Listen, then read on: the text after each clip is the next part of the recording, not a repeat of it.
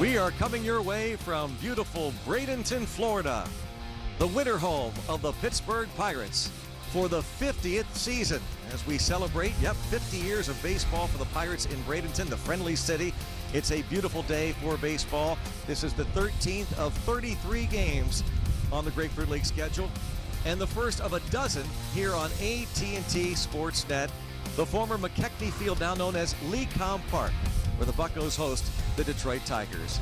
Greg Brown along with Bob Walk, so glad you could be with us. And Bob, as is the case every spring, there are a lot of storylines. A couple we're going to be looking at today in particular. Clint Hurdle has in his starting lineup today against the Tigers his new third baseman Colin Moran, his new left fielder Corey Dickerson. Well, one thing that's been a little bit of a problem for us the last couple of years is the power. We've kind of fallen behind the rest of baseball hitting home runs. In our ballpark, power probably needs to come from left-handed hitters. We got that short porch, the Clemente wall. So we got a couple of lefties that possibly could really do some damage from that power perspective. We'll get a good look at both of them today. Wind's blowing out to right. Yeah, I was just going to say, perfect day for them. The Pirates and the Detroit Tigers, a perfect day for baseball. A lot of the starters are in there. They're going to see opening day when the Buccos head north, take on the Tigers later this month. And we'll have the first pitch for you coming your way from Lecom Park coming up next.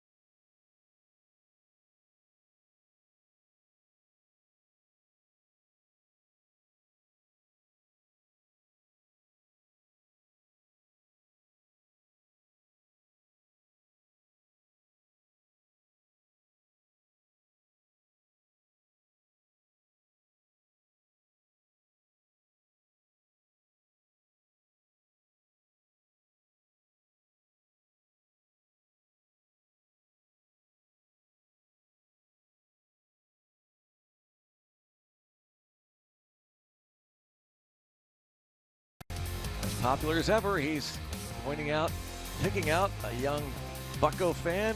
Souvenir time, Bradenton. Wind, as Bob mentioned just a moment ago, blowing out, and the 50th season. Hard to believe the Pirates have been training here since they moved north from Fort Myers. And we are ready to play ball on what is one of the coolest afternoons of the spring. Here's Colin Moran with the former Bucco Dave Clark, longtime third base coach for the Tigers. And here is Ron Gardenhire's lineup, the new skipper. Leonis Martin is in center. Dixon Machado is the second baseman. Amer Candelario is the third baseman, with John Hicks hitting cleanup. Mikey Matuk is in left, hit .276 last year for Detroit. Former Pirate minor leaguer Edwin Espinal, the designated hitter, with Victor Reyes in right. Dominic Ficacello, the first baseman. Pete Cosma, the former Cardinal, is at short. Ron Gardenhire, the longtime Twins skipper,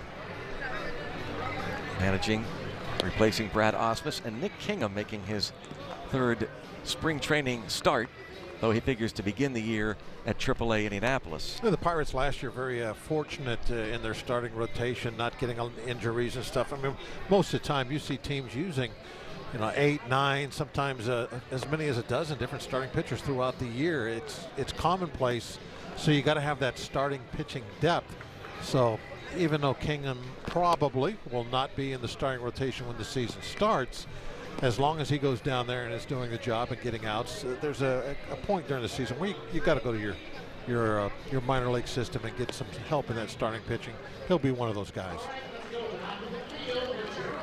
Defense starts out like this with Starling Marte in center. Defense brought to you by Honda. Corey Dickerson in left, and Sean Rodriguez has bounced around everywhere this spring. Colin Moran, Jordy Mercer on the left side of that infield. Jay Hay, David Freese on the right side, with Francisco Cervelli catching Nick Kingham.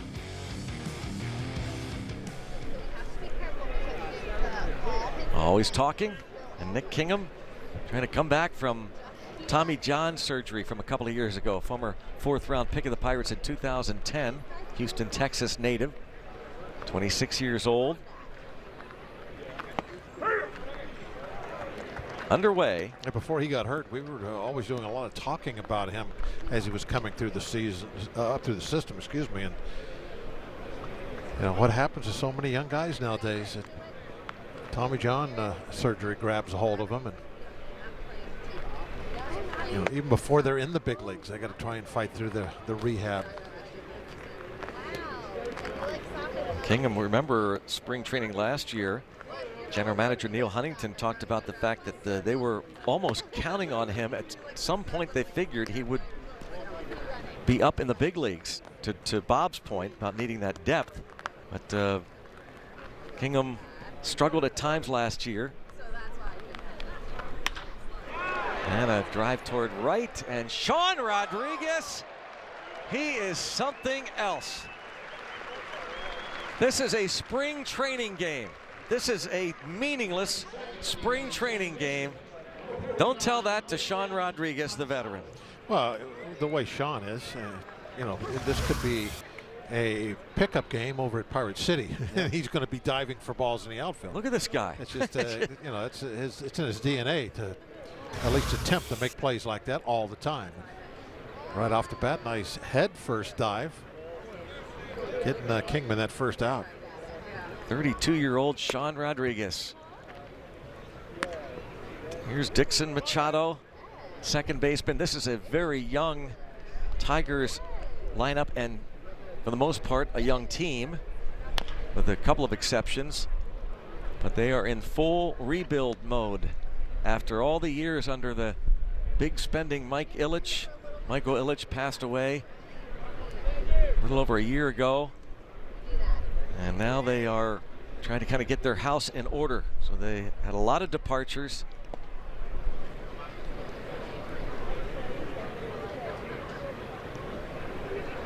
Including Brad Ausmus. They let him go. It's almost unusual nowadays to see a veteran manager get hired. I mean, it's like, yeah, oftentimes they in the rebuild they kind of go young. Youth movement in there for managers, especially on a rebuilding younger team. But Tigers going with a veteran with a lot of success as a manager. And Dixon Machado with the base hit. Machado hit .259 in 73 games last year for the big league club. Ramon Santiago there, the first base coach for Detroit. Tigers went 64-98 last season. There is Dave Clark. Big wave Dave.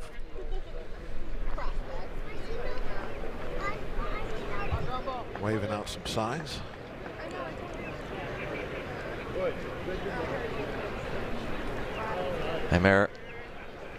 Candelario now, who came over from the Cubs for Alex Avila at the end of July last year. Justin Wilson also part of that deal, and ouch. Switch hitting third baseman. Candelario's arrival means Nick Castellanos moves to the outfield.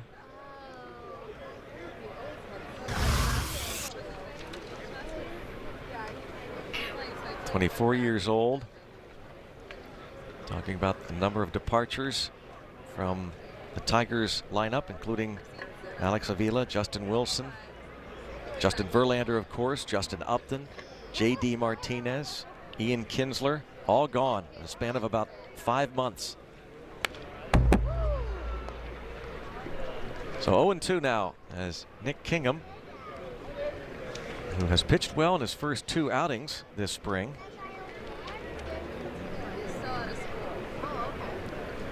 ahead of the switch hitting Candelario.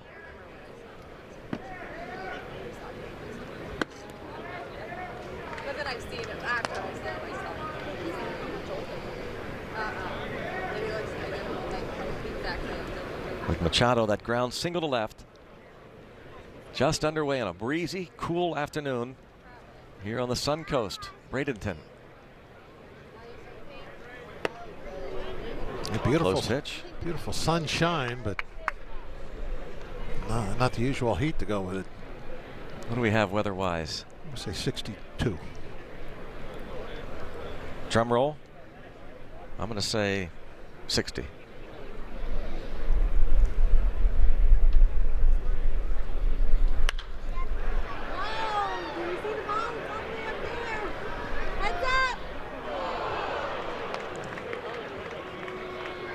Gonna have to be careful with those foul balls in that direction today. Decent little bit of wind might bring it back. Nick Kingham, who, of course, as I say, that 0 wind. Yeah. Trust me, it's been blowing. Just a soft roller Moran. They get the out there in his haste to try and throw it to first. J.A. drops it. Not sure that was going to be a double play anyway.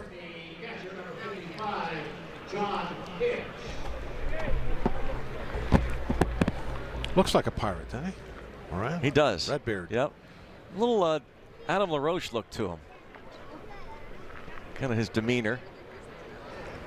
But yeah, the red beard, perfect.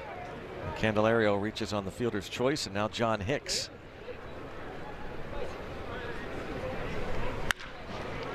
And that's going to sneak through. That's a seeing eye single if you ever saw one.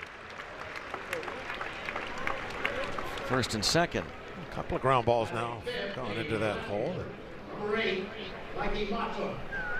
Giving Kingman an opportunity to do some work from the stretch here.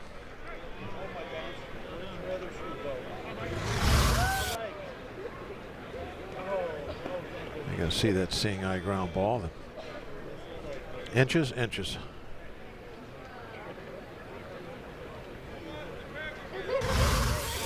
If Mercer gets it, though, I don't know. Not really going to make any difference in the play.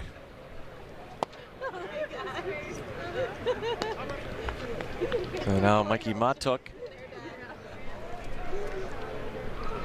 2 on, 2 outs.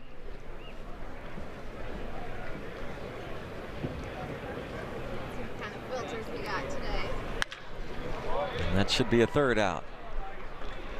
And Nick Kingham gives up a couple of ground ball singles. Great diving catch by his right fielder to start things.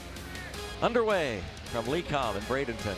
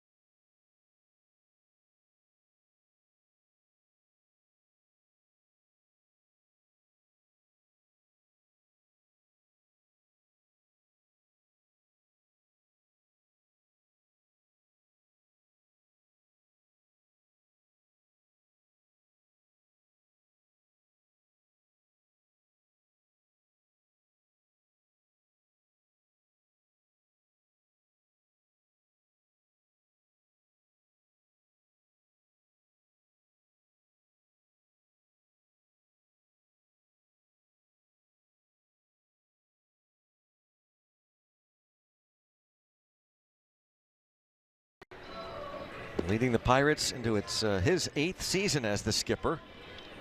And Josh Harrison will be the leadoff batter. RAV4 starting lineup. Jay Hay, Corey Dickerson, Starling Marte this spring, 7 out of 13. Colin Moran will follow. Then it's David Freese and Sean Rodriguez. Bottom third of the order for the Pirates. Francisco Cervelli, Jordy Mercer, and the DH, Bryce Brett. Clint Hurdle has been having his starting pitchers bat over the last handful of games, but decides today, figuring Nick Kingham likely going to begin the year in the minors. Strike is called on Harrison. 2 for 12 this spring. Jordan Zimmerman, the Tigers hoping for a bounce back season. Dreadful, 8 and 13 last year for the 2-time All-Star with the Nationals.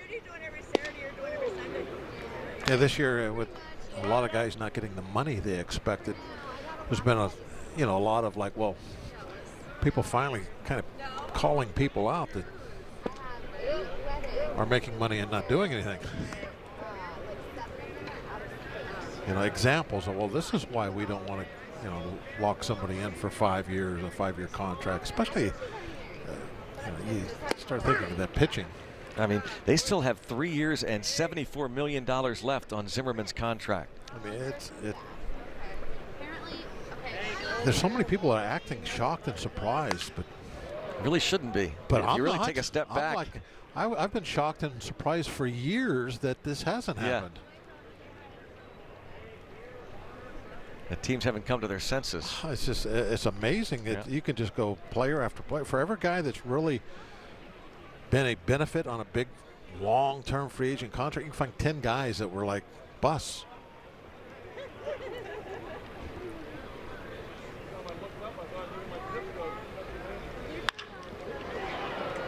Fly ball to center field. Leonis Martin.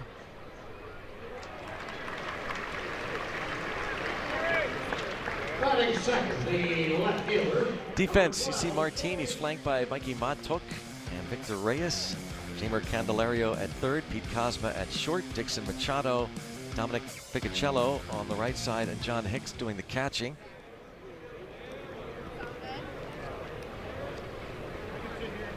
Here's Corey Dickerson.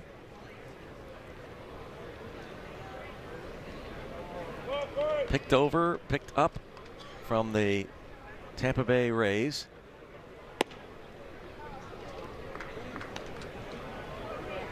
All-star last year. The home run now such a big part of the game of baseball. Pirates hoping that Dickerson can do some good work in that regard with the Clemente wall. At 27 last year. This early on now, just reporting to camp after the trade. And 5 at bats.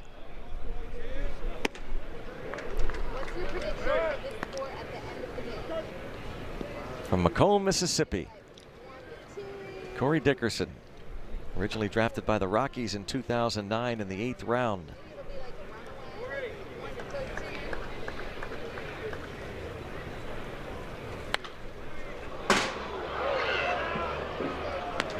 And today's Barrel Automotive League leaders, stat left fielders with the highest slugging percentage over the last 3 seasons. Here's Corey Dickerson, 4th on that list behind Yoenis Cespedes, Chris Davis, and Ryan Braun.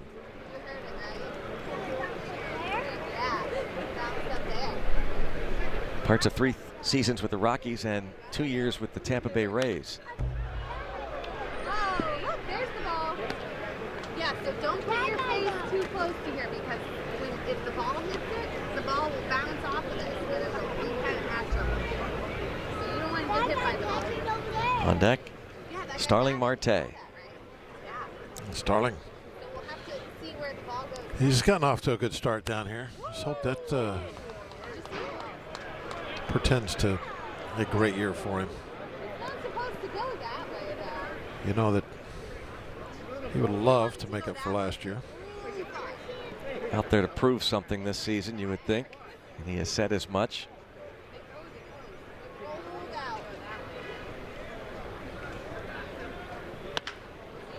Oh, there we go. Oh, he caught it. Dickerson, second out. Zimmerman retires Dickerson. And it brings up Starling Marte. Dickerson, 31-year-old from Auburndale,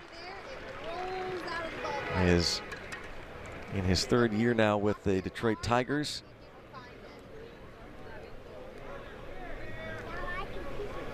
He went 19-9 back in 2013.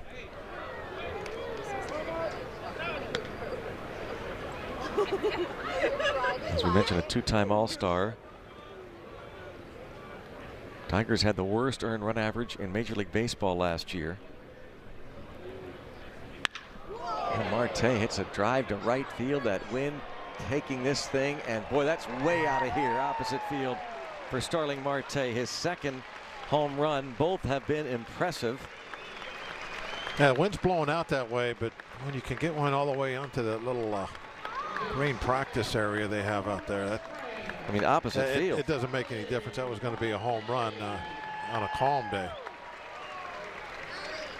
But that's the way he's been swinging the bat down here. Just keep our fingers crossed.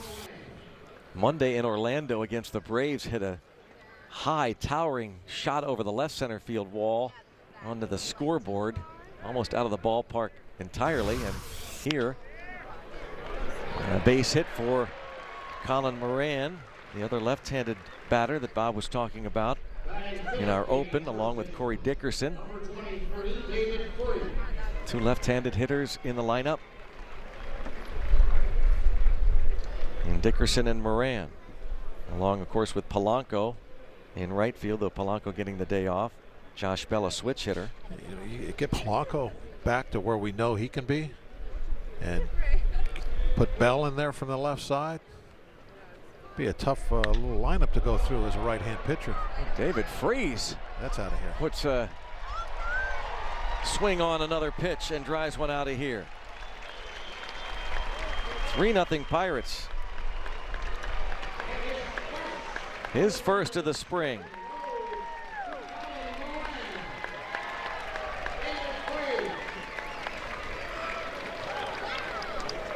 Freese will be back in his role as a support player this year. But that's a nice bat to have coming off the bench and playing a couple times a week. And that is why the Pirates picked him up late spring training 2016 to be a bench guy. Sean Rodriguez takes the strike.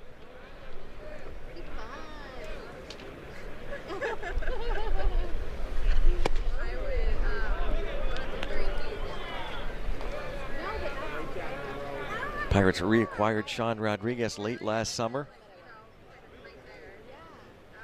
Still with another year left on that contract, a 2-year deal he had signed with Atlanta. He's hit 3 home runs this spring and a .385 average. Yeah, I could see Sean getting a lot of at-bats against left-handed starters this year, with the 2 corner outfielders being left-handed hitters. You know, a Spellin one that case with both those guys. Mm-hmm.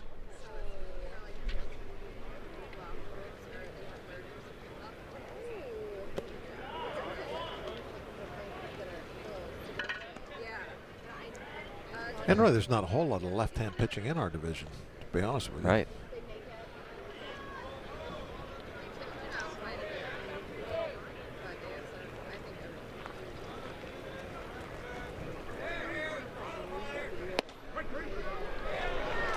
Rodriguez doesn't agree, but Paul Emmel calls it strike 3. Couple of home runs, Starling Marte and David Freese, 3-0 Pirates.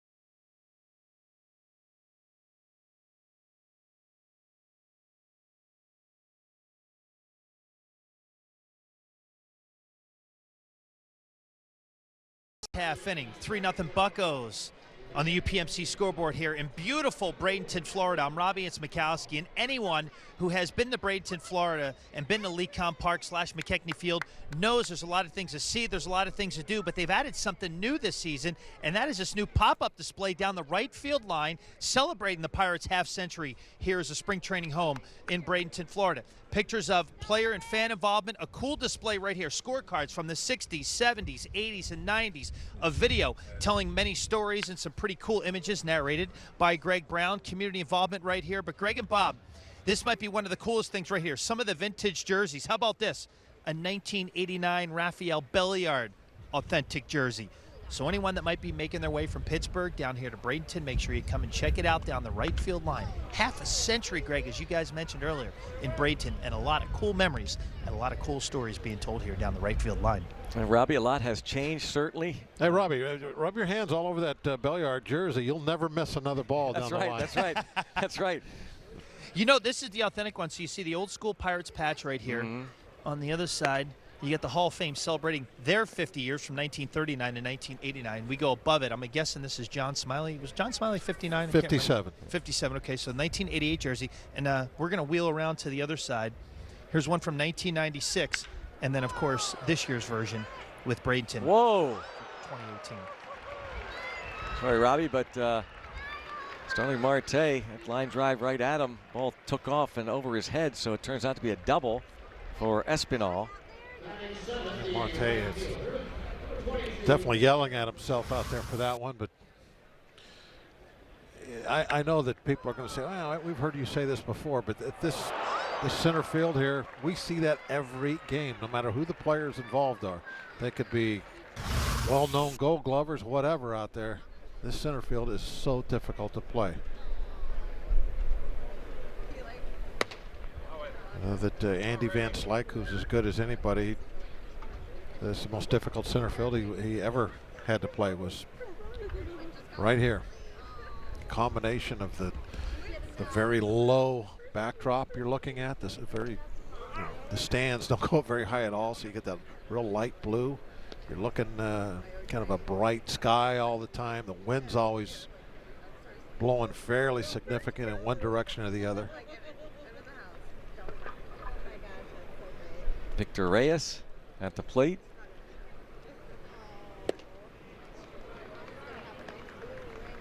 Right? Yeah. My arm.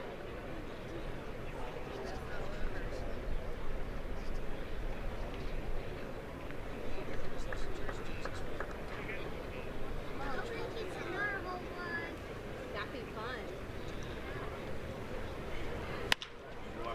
And a roll to Freese and a drop. Recovery and a throwaway. And a run's going to score because of it. And boy, people stumbling all over the place. Nobody's hurt. I don't care here. The key there for Kingham. But he's not hurt. Could have been disastrous. That kind of stuff happens in a spring training game. Let's just. Okay, nobody get hurt.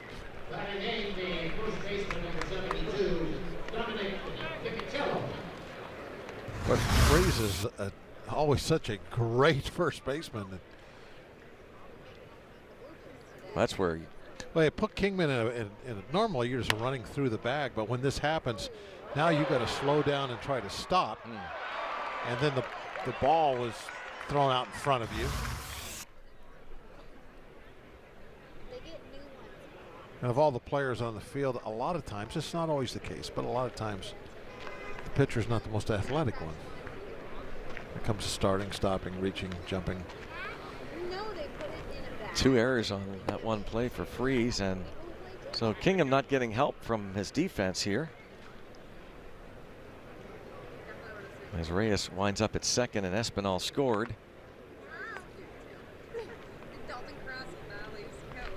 Dominic Ficcicello, switch hitter, non-roster player. AA and AAA in the Tigers organization last year. 2-0. Former 12th round pick in 2013.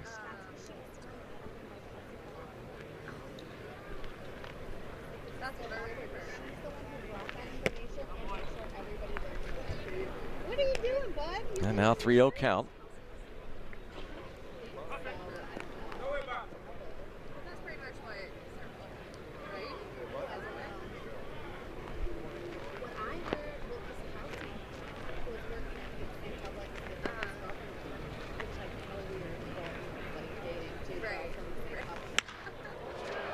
Jumped on it, but foul. Strike one. That's all it is. Now, this is one of the scenarios that a young pitcher has to try and get in his mind out there that, you know, the coaches, managers, Neil, they're not looking and thinking that he's got himself in. They know how he got in trouble. It's not his fault.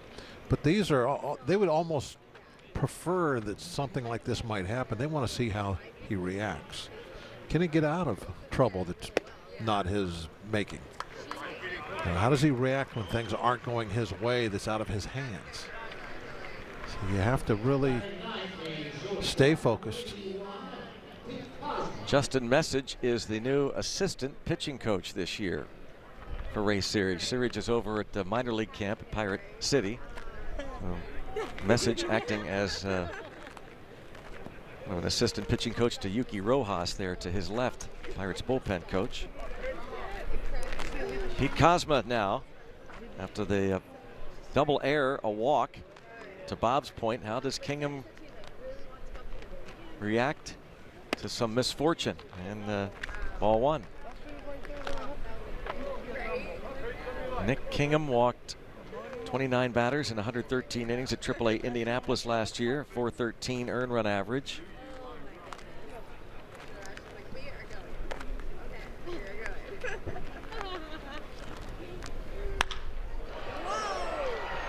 They get one. Mercer tosses it on to Jay. Trying to get two. It was actually a Freese on a line drive there. It's a good example. This is what they tell you. Line drive, don't go anywhere. Freeze. And try to get back. I didn't notice. How close was that ball to bouncing? That would have been a nice one to short hop. Just go over, tag the runner, step on the back. Yeah. Throw to first. Triple play. Yep, out of the inning. Leonis Martin. Oh, there's already, there was nobody out. Yeah, it would have been triple play. Huh.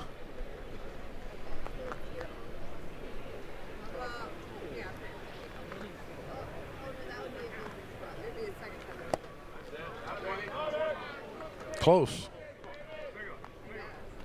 We don't have our little window pane.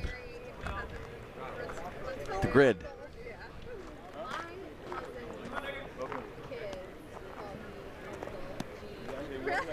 Ball and a strike on Martin. Another ground ball. Harrison thought about second. Gets the out at first. 2 away. Good decision the way the inning has been going. I mean, that one's a little bit risky trying to get that out at second base. You risk maybe throwing it that one away.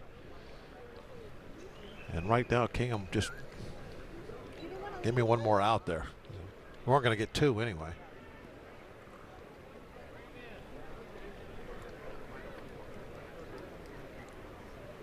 Now 2 outs for Dixon Machado.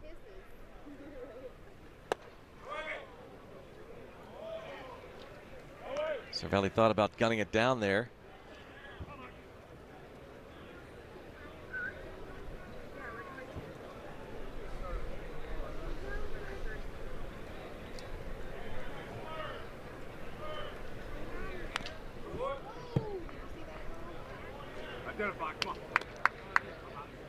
Even now on Machado.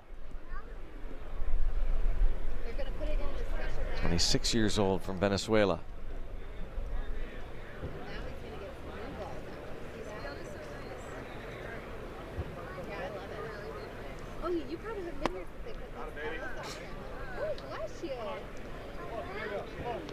Well, when you hear somebody's from Venezuela, at least now when I do it, it really makes me think, what things are they dealing with that we don't even know about? Yeah.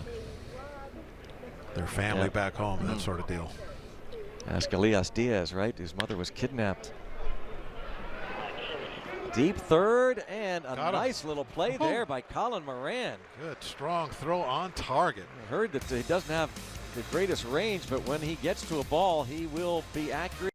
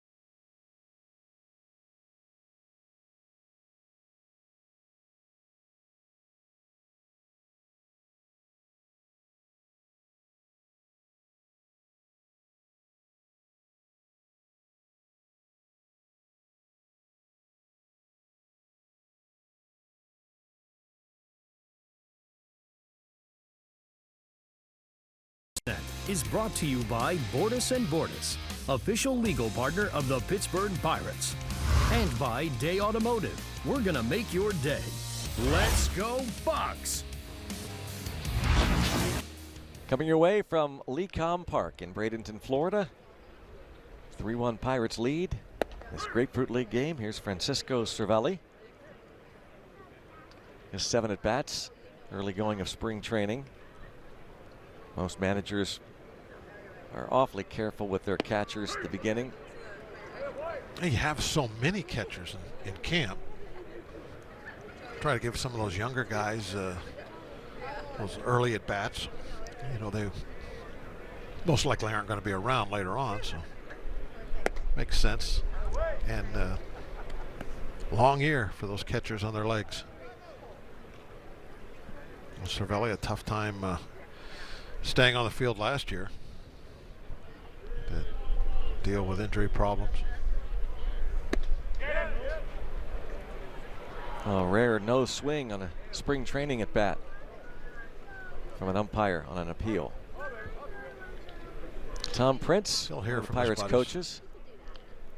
Now Bradenton resident. Longtime Pirates catcher himself, and there's a drive toward left center. Well, there's Francisco Cervelli's first hit of the spring. Drives it into left center for a double.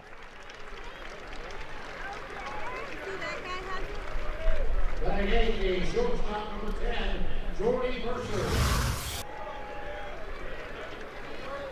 Right there, belt high. Zimmerman's not having a very good outing this afternoon. It doesn't look like the way it's shaping up. He faces Jordy Mercer, 2 hits in 11 spring training at bats.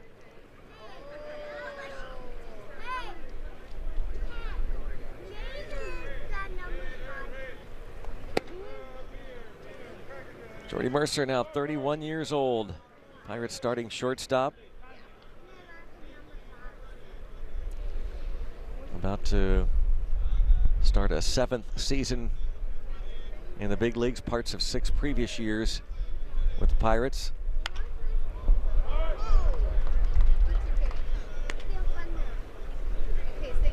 Career high 14 home runs last year for Mercer, hit .255. Played in 145 games, always steady. You can always count on him being there most nights at that important shortstop position. But he's not able to advance Cervelli. 1 out. And it will bring up the designated hitter, Bryce Brett. Baseball is back in Pittsburgh. Home opener is Monday, April the 2nd against the Minnesota Twins at 1:05 at PNC Park. All fans will take home a Pirates wall calendar and magnetic schedule presented by PNC Bank. Make sure you get to the ballpark early for all the pregame festivities of opening day. Tickets on sale now at pirates.com. The home opener Monday, April the 2nd against Paul Molitor's Minnesota Twins. They were one of the surprise teams in baseball last year. Pirates kick off the regular season in Detroit against the Tigers on March 29th. 3-game series, and then more interleague play against the Twins. As Bryce Brett's 4 out of 19 in his first spring with the Pirates. Picked up on February 20th from the Red Sox for cash considerations.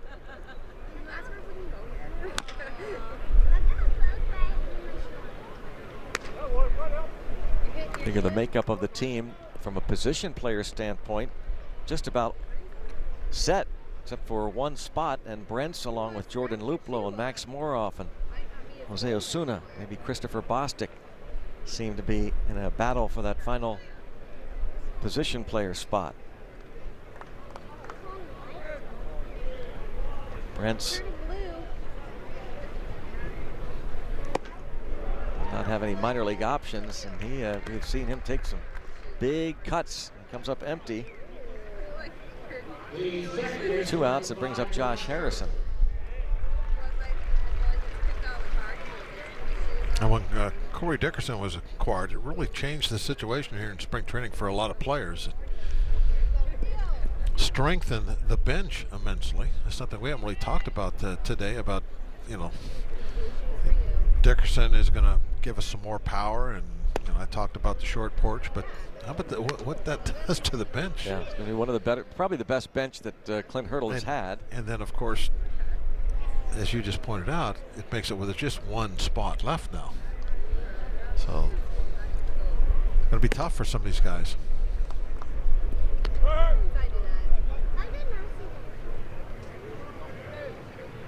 There's Corey Dickerson. Jay Hay flied to center field his first time up. He knows all about what it's like to be in a battle for a spot on the roster. Coming to the big leagues back in 2011 as a super utility type player and bounced around. Has since made a couple of all-star teams. He said some things at the beginning of spring training, sounded like out of frustration about team's commitment to winning. And then we saw him converse on the field at Pirate City with team owner Bob Nutting. And I think after a couple days, sounded like Jay Hay realized that as he looked around, and he's part of it, that there is still a lot of talent on this Pirates team. And then, of course, they made the trade acquiring Corey Dickerson to settle that left field spot. He just acquired an all-star who hit 27 home runs last year.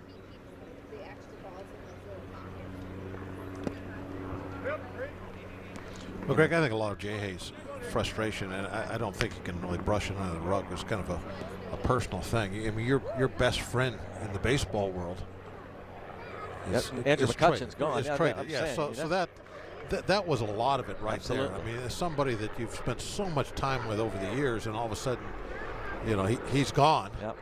And yeah, you're not gonna be a happy camper for a while, no matter what. Swing and a miss. And we head to inning number 3 here in Bradenton. 3-1 Bucks.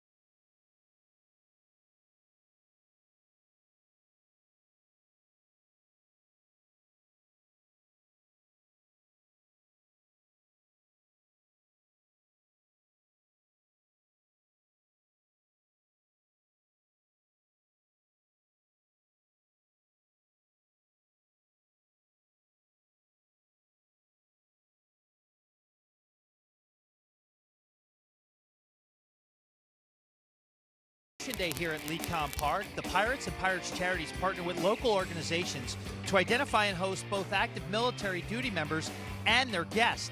And today they donated 125 tickets for the military and also hosted them for a pregame barbecue. You saw they presented the colors before the game.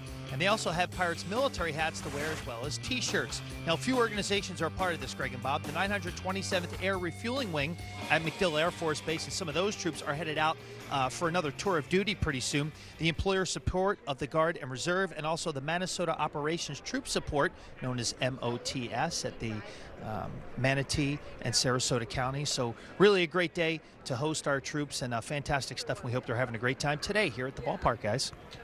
Cool stuff. Thanks, Robbie. Great to have Robbie back. Great to see our crew.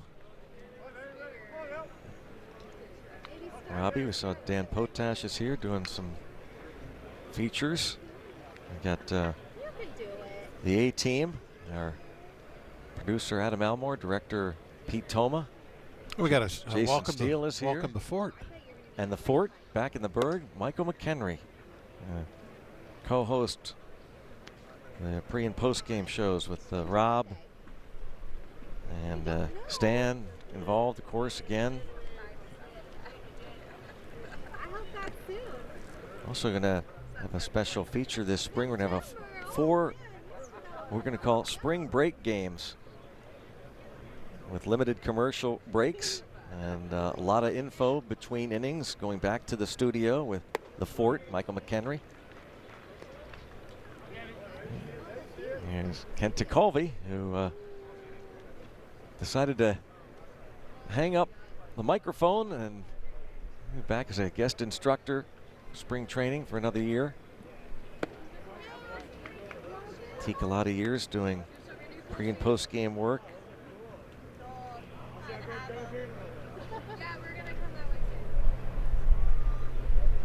Been a guest instructor here a lot of years. Rennie Stennett is here, former Pirate. Manny Sanguian.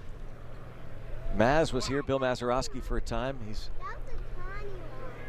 headed back home, but it's great to see the ties of the past. Rennie Stennett, one of the all-time great Pirates.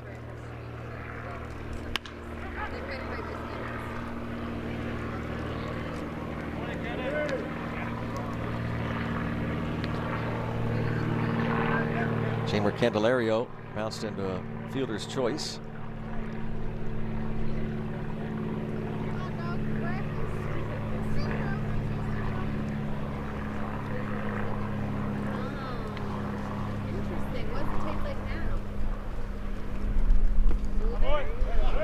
And a free pass.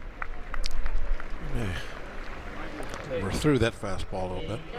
And we'll have Bucks and Pucks coming up this Saturday on AT&T Sportsnet. First, Pirates Braves at 1 o'clock, the Buccos, and then the Pucks, 6:30, Pens pregame. Getting you set for the Pens and Maple Leafs this coming Saturday.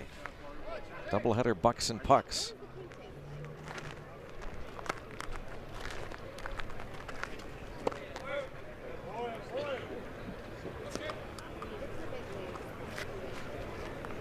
Another look at the tiki bars out there on the boardwalk. Close to full house. Yeah, good crowd on this afternoon. Here.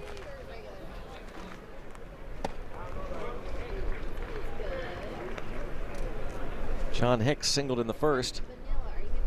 Really a great improvement for the fans a couple years ago when they put that in. That boardwalk all across the outfield. Kind of transformed this place. Yeah.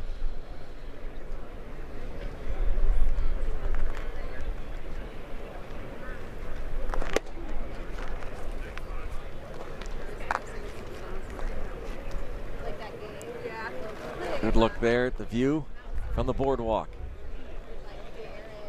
You can see that boardwalk's got some depth. So when somebody hits one over that, it didn't just sneak over the fence. It cleared it by a long ways.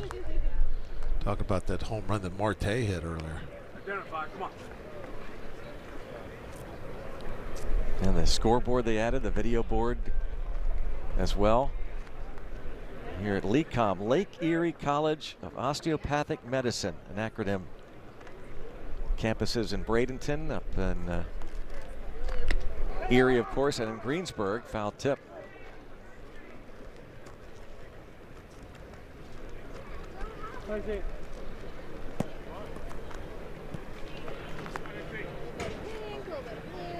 Two balls, two strikes on John Hicks. Claimed off waivers from the Twins a couple of years ago. He's their catcher this afternoon. Here's Moran. Get the one out. Candelario to second. We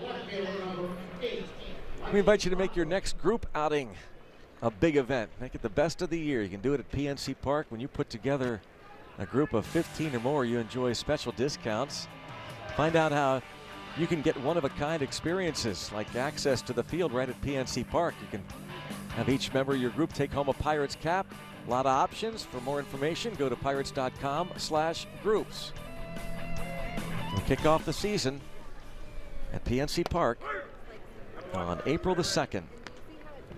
First homestand of the year.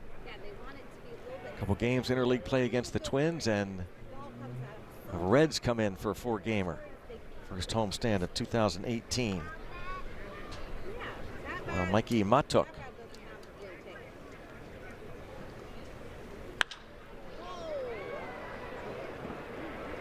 He's going to call for it. Josh Harrison went out. Now Rodriguez has a play at third and hits the runner in the back. And so the batter, Matuk's going to wind up at second. You see, that was trouble the outset. Yeah, right away that wasn't going to be caught. But, you know, I also saw the situation developing and thinking, okay, they're going to have an out at third. And a nice, strong throw by Sean, but just smoked, was a Candelario right in the back. I mean, it was going to be right there on the back, about a foot high, going to be a perfect throw. So that's a base hit and an E9.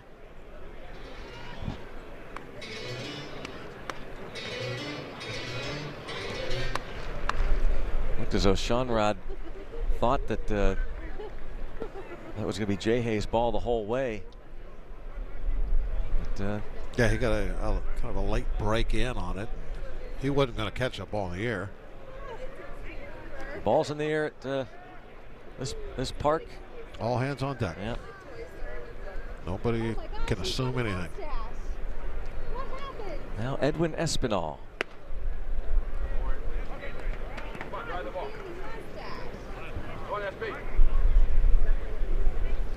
Kingham's had to get a couple extra outs today.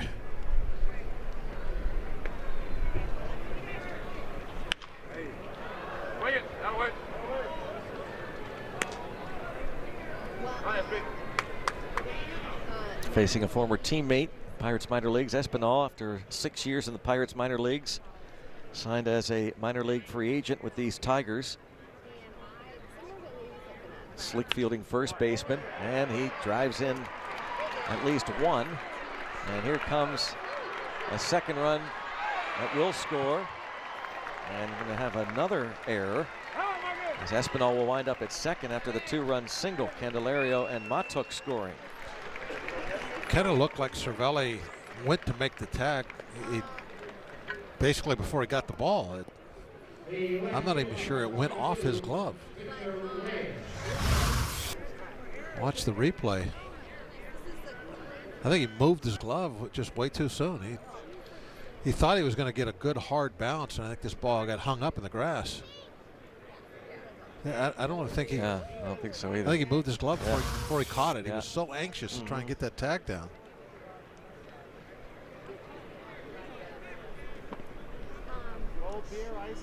Starling Marte talking about the ball tailing. A throw toward the plate, and first trip to the mound, the first of 6 available. Very rare nowadays to see that. Yuki Rojas back as the bullpen coach, but acting today as pitching coach with Ray Searage over at Pirate City, the Pirates minor league complex. So 3 all game. Kind of have 3 pitching coaches now.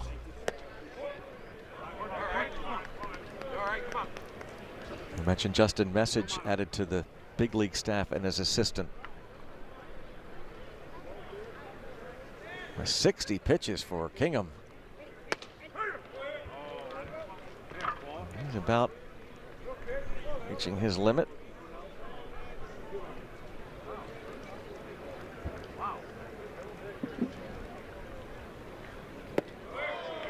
Good sharp breaking ball. Felipe Rivero is expected to see some action today. Not yet. Brett McKinney is up there loosening in the bullpen. And is ready, so we'll see. Dominic Ficacello will come up.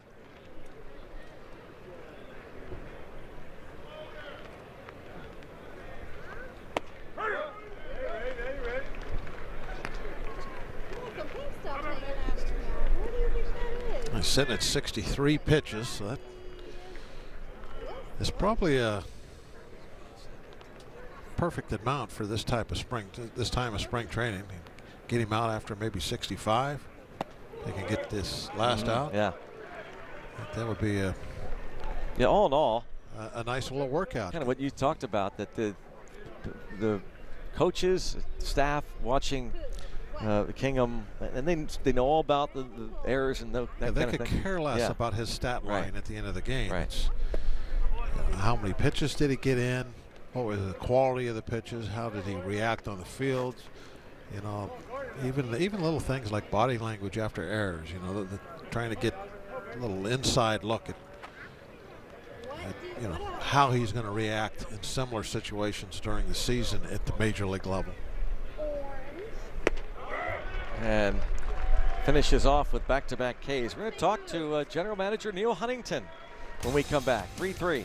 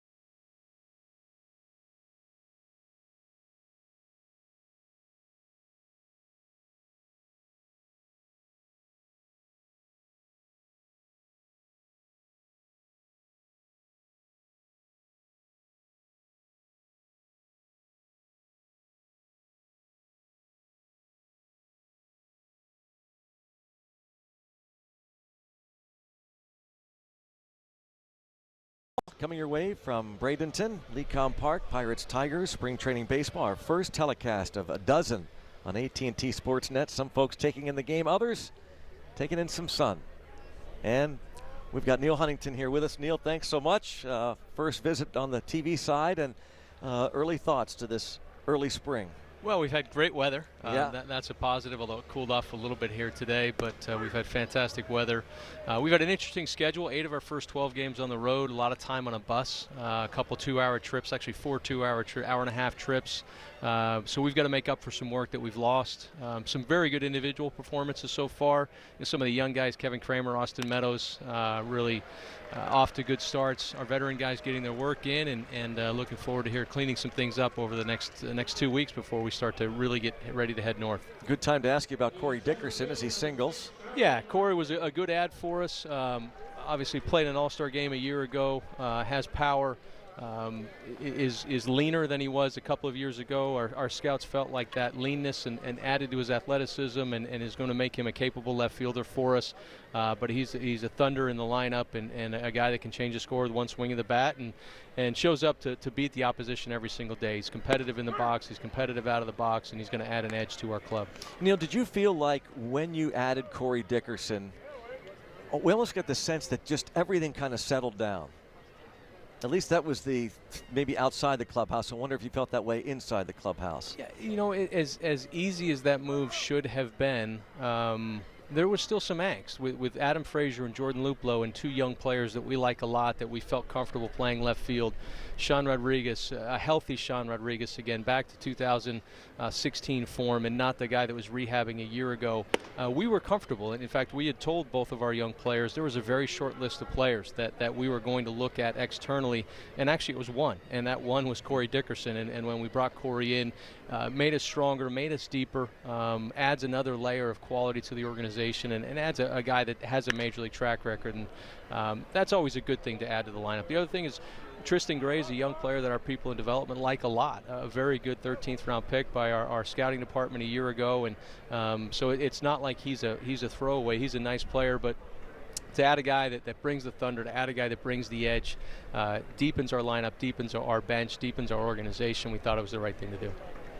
You have to trade from strength too. You have some good young middle infielders that are getting awfully close right now. We do. With Kevin Newman is the name that most people talk about, and we think he's going to be a very good major league shortstop. Kevin Cramer, drafted primarily as a second baseman, had played third base a lot at UCLA, had battled an arm injury. We played him at shortstop in the Arizona Fall League, and he really caught a lot of scouts' attentions out there. Gave Kevin the confidence that he's ready to take that next step physically and ready to go throw. Then you start talking about Colt Tucker, and again, between Newman and Tucker, two young shortstops that we really like a lot. Kevin Cramer offensively is a good hitter. Eric Wood, Eric Weiss, two guys that have now a full season under AAA experience under their belt, that can play on the corners and bounce all over the field. So we have some guys that we like a lot. There's some young shortstops that are on the horizon, Valerio, Alames, and some others that we're excited about this year as they continue to grow and develop. During our open today, I talked about how it seems to me, I don't know, you could agree with this or not, but over the last couple of years, home runs have taken off all around baseball, and we've kind of like not followed that trend very well. At PNC Park, it's a deep left field. It's big out there. Right field, very inviting. It seems like now, when you look at our lineup on a day where there's a right-hand pitcher out there on the mound, there's going to be some good power from the left side to take advantage of that short porch. There should be. We lost a good number of home runs last year to Gong's suspension, Marte's suspension, and Polanco's injuries. No question about that. We did. We were projected to be kind of middle of the pack, which isn't good enough. And when we lost those 40 to 50 home runs, we fell to the bottom of the pack. Josh Bell, obviously a young switch hitter threat, but obviously a ton of threat from the left side. Polanco, we get him back to the hitter that's going to hit with power, the guy who hit 20 plus 2 years ago. We keep him healthy. He's leaner, he's stronger. He's in a really good spot physically at this point in time. And then you add Dickerson, who's a veteran, top 20, I think, in home runs over the last couple of years in the game, top 20 or 30 in the last couple of years. So there's left-handed thunder there. And then Colin Moran, obviously a guy that we've always loved the bat. The question was the power going to come and play at the major league level? And he began to answer that question a year ago. He hit about 18 to 20 home runs in about 85 to 90 games between AAA and the big leagues before he injured himself. But so there is some left-handed power to come. We'll continue with Neil Huntington as we head to inning number 4 from Bradenton. 3-all, Bucks Tigers.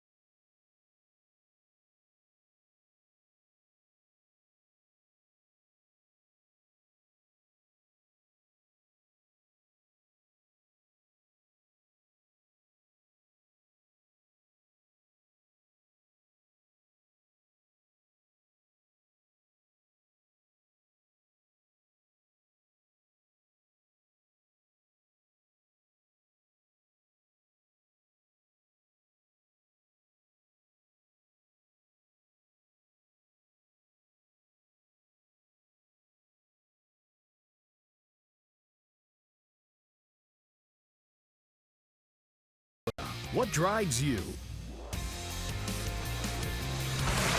Back here in Bradenton, a cool but sunny and breezy afternoon along the Sun Coast as the Pirates host the Tigers. Our first telecast on AT&T Sportsnet with the Pirates general manager Neil Huntington. Neil, we see Felipe Rivero coming on here to get an inning of work in.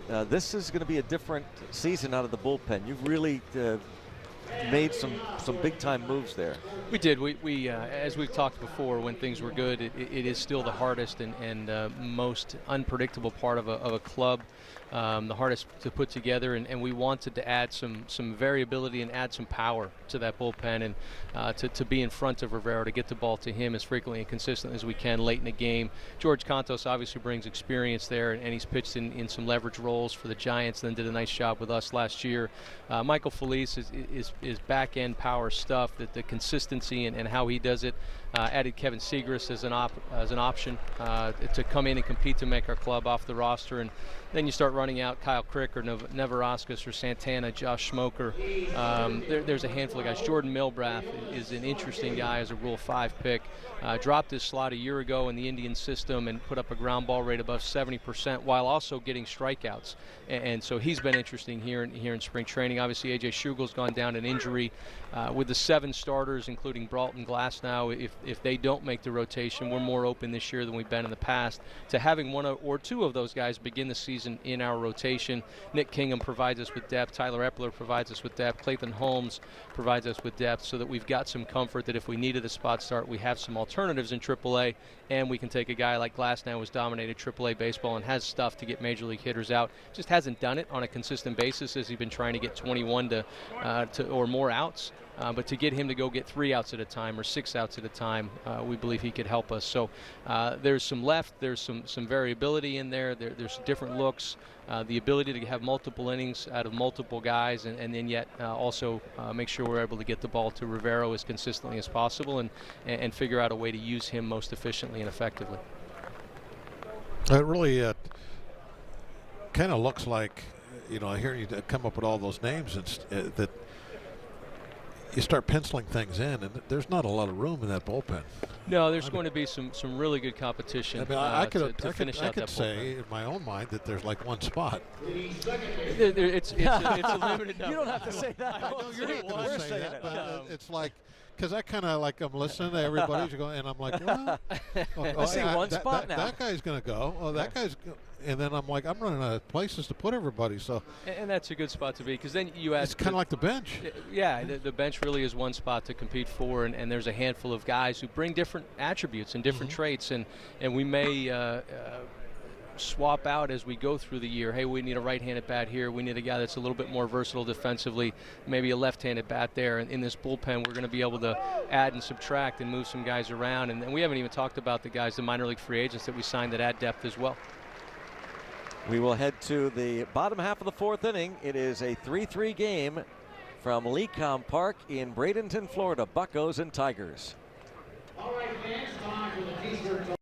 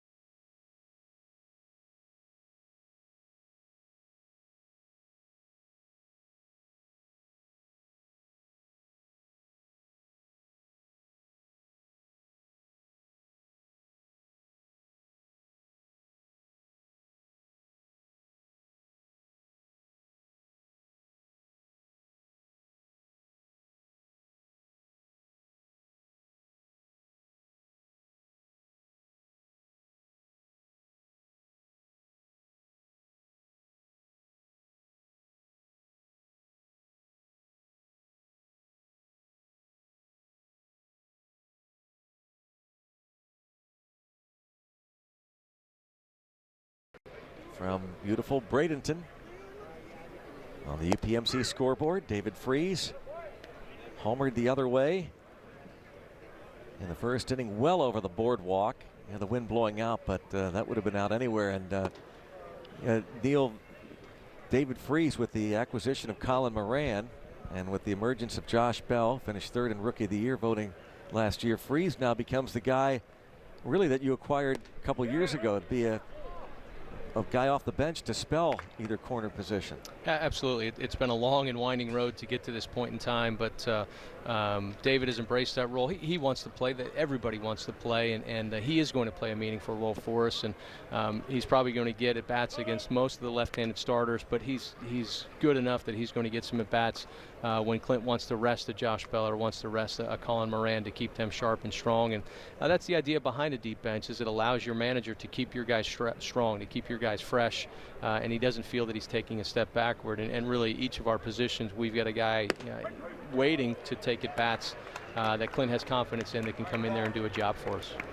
When it comes down to that bench and that last spot, is it going to be more about what position that person plays, or is it more about the person? It's going to be about the attributes that Clint feels best positions that club for that period of time to win a game. And you know, as you sit here and you look at Adam Frazier, there's your left-handed hitter off the bench that can play a bunch of different positions. Freese, right-handed hitter that can play first and third. Sean Rodriguez can go play anywhere defensively and adds a threat. Your backup catcher is the other spot in Elias Diaz. So now, is it a left-handed hitter? Is it a versatile defender? And that's where Sean's ability to play infield and outfield gives us so much more flexibility. We could carry a bat, a right-handed power bat in Brent's or Luplo. We could carry a switch hitter that can bounce around the infield and more off, because Sean can be a pinch hitter. Sean can be a defensive replacement. He can do a lot of things for Clint. Jose Osuna could be that first, third, right field bat off the bench. So it allows us to be able to do a bunch of different things. Chris Bostic, another right-handed bat that can bounce around and play all over the field. So the versatility that Frazier and Rodriguez bring allow Clint to be much more specific as to what he's looking for. Maybe so I'm getting that it is more about the person then, and you don't have to keep a position. Correct. In other words, you don't have to say, well, we need another outfitter. You don't have to say, well, it's got to be a middle infielder that takes that last spot. It can be more about who that guy is, maybe what he brings to the recipe with the bat, maybe a little bit more, and it's not so much the position. Absolutely. Because we're not looking for a backup shortstop or a backup center fielder. Adam Frazier and Sean Rodriguez can go play center field. Sean can go play shortstop. So it is. It's about the skills and the tools that Clint believes can help him win a game. And again, because of our flexibility, if it's not Bryce Brent, who's out of options, and if Bryce makes the club, great.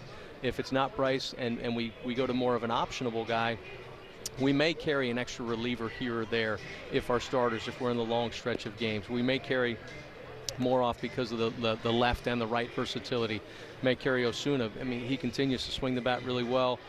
Yesterday had a bit of a tough day on a very, very hard infield, but so far he does not look like a young man that's played 25 games at third base. He looks like somebody that's been there for a handful of times. So we do, much like you talked about the bullpen, there's depth, there's options, and there's versatility here where we can add different players to the club to give Clint weapons to either rest the starter or to win a game as we get later on into the game. Sean Rodriguez stepping in here with the new pitcher Daniel Stumpf in, replacing Jordan Zimmerman, who reached his pitch count. Should be a swinging bunt single, and it is for Sean Rodriguez. And we talk a lot about the bench and the makeup even of the bullpen, and the rotation is also pretty well set. Although, Neil, when it comes to Joe Musgrove, one of the new additions, who figures to be one of the 5 starters, and this will be, as we ask Neil about this particular pitcher, our Allegheny Health Network injury update. Joe Musgrove not really injured. I heard Todd Tomczyk talk about the fact that he pitched deep into the playoffs last year, so just being extra cautious, it sounds like, but we'll face live batters at Pirate City. You expect he'll be close to being ready opening day? He will be, assuming no other setbacks or no setbacks, because there hasn't been a setback. He just had the one hiccup as he was getting ready to throw his live batting practice. So we slowed him down, one, because of the hiccup, two, because of the workload that he took last year. He will be healthy. It's just now a matter of getting him stretched out. If he were a reliever, there wouldn't even be a question whether he'd be on our opening day roster. As a starter, with the 2 off days early on in the first series plus, we don't really need a 5th starter until I believe it's April 8th. We can juggle the rotation a little bit, so he will be healthy. There's nothing holding him back from a health standpoint. It's just a calendar now and getting him stretched out, and how exactly is that going to come together. He's adamant that he's going to be good to go, and again, if it wasn't for needing to get stretched out, he would absolutely be ready to go. So we're working through exactly the details, exactly how this is going to come together, how he progresses each outing, but we're very pleased with what he's where he's at this point in time, and how he's continued to just drive through it. He wants to get out there and compete, and he wants to help his club. Francisco Cervelli, who doubled into the left center gap in the second. What about plans for Cervelli? You figure Elias Diaz is going to catch maybe a little bit more than a so-called backup catcher might? Well, that's our plan. Cervy's obviously been pretty open that he wants to catch every game and be out there as much as possible. But with Elias Diaz, it's a young catcher that we feel comfortable with. And again, a little bit like David Freese a year ago, sometimes less is more. And we want to do our best to keep Francisco engaged and healthy and strong, because when he's playing well, he's a huge asset to this club. Sean Rodriguez on at first and fairly close. How about all the talk early on? I'll let you address it here in our first broadcast about, focus and what the team is trying to do. You had some guys that air a little maybe dirty laundry there for a while. All of that has now been addressed and taken care of? Yeah, Josh is out here to win games, and he was very clear. He wants to be somewhere where they're intent on winning and wants to do the right thing for the organization, and we're aligned with that. David Freese felt that we got away from the emphasis on going out to win tonight's game, and the reality is we didn't do a good enough job of Cervelli into that win. Yeah, he did. Cervelli will wind up at second, and Sean Rodriguez is heading to the plate, and he will score to give the Pirates the lead again. So going back to David and his expression that we didn't emphasize winning enough, and we didn't disagree with him, and that nothing that David said in terms of our approach and our culture caught us off guard, because we'd had those conversations with David over his time here and share those beliefs, and we need to make sure that we're going out to win tonight's game, because that's the emphasis. Our challenge is we probably spent too much time focusing on the process of how we win and the preparation for how we win, and maybe we got away from articulating that the end goal is ultimately to win, but if we don't take care of our business on a pitch-by-pitch basis, we won't be in the position to win. And so, again, we love our players' strengths, our veteran. David was adamant that he wants to be here. Sean was adamant that he wants to be here because they believe in these young players, and they want to help these young players take the next steps in their career. And what's great about this young player group is they believe they're going to be the next Pittsburgh Pirate playoff teams that go deeper than this last group did. And we are young, talented, and hungry, and this is going to be a fun group. We've got work to do. There's no question about that. But there's a nice collection of veterans. There's a nice collection of guys that are looking to have bounce-back season. And there's a nice collection of young players ready to take that next step in their career. And there's another wave coming behind them that we didn't have in that 11 and 12 season. We weren't deep enough. We weren't talented enough. When we got hit by injuries or guys that weren't performing, we didn't have option B. We didn't have option C, or even sometimes needed option D. We believe this group, we have better option Bs and Cs and Ds, and so we should be able to sustain some injuries and move forward. And the pitch in the dirt. Cervelli trying to advance, but Hicks recovers quickly enough to throw him out at third base on that ball in the dirt. So, I mean, that was worth the risk. Yep. I thought Cervelli made a good decision there. There's one out. Try to take a little bit of gamble, get yourself to third, and it was just a nice recovery by Hicks and a good strong throw right on the money. And that's one of the things that we've emphasized with our guys really over the years, but especially here in spring training. Find out what you can do. A ball in the dirt, if we can pick up a free 90, that's the time to do it. You put yourself in scoring position, or you put yourself at third base with one out. You make the second out at third base. It's not ideal, but it's certainly not the end of the world. And this is a chance for guys to find out what they can do and push themselves and test themselves. That's where the runner needs to run these scenarios through his head before they ever even happen, so that it can be a natural reaction to okay, there's 2 outs, I got to be conservative here. I can't be taking any chances. Oh, there's 1 out. I can roll the dice here if I really got say a 50-50 shot at getting over there. But those decisions have to take place before the actual event happens. No time to think out there. Absolutely, and they have to anticipate. Is it a breaking ball count? Does this guy have a tendency to spike his fastball? Is there going to be an opportunity for me to advance? And then, as you said, Bob, is this the right opportunity to advance? There's Bryce Brett, one of the players acquired by Neil Huntington February 20th from the Red Sox. Last year, 31 homers at AAA Pawtucket and 85 runs batted in. And as Neil pointed out, he is out of options, and like it or not, that always comes into play in every camp in Florida and Arizona at the end of March. Every GM, it's a very important element. It is, and you don't want that to be the deciding factor, but it is a deciding factor. When a player is out of options, or it's a minor league player that has an out, that decision to add him to the club or to take him off the club is irreversible, and you want the players to make those decisions for you because they go out and play to a level where you add them to the club, even if they beat out a guy that's not optionable. So they become tiebreakers, and in Brent's case, our plan is to have him go out, swing the bat well enough that he earns that spot on that club, but if nobody else takes that job from him, then the out of option status becomes a small portion of the decision. With 2 outs here in the bottom of the 4th, and the Pirates leading it, and a count of 3-1 on Bryce Brett. I asked Neil Huntington after the walk, do you believe that Brent is going to be adequate on occasion if he makes the club to maybe play a little left or right? He will be in our minds, and is he a defensive specialist? And as you start talking about role players, you start talking about guys that are acquired in minor trades, they won't have strong assets on both sides of the ball. They won't be really strong hitters with power and be able to play defense. So his strength is the right-handed power, and he can change the score of the game with one swing of the bat off the bench, or if you play him in a role against a left-handed pitcher, he can do damage against a left-handed pitcher. And then can he be good enough defensively?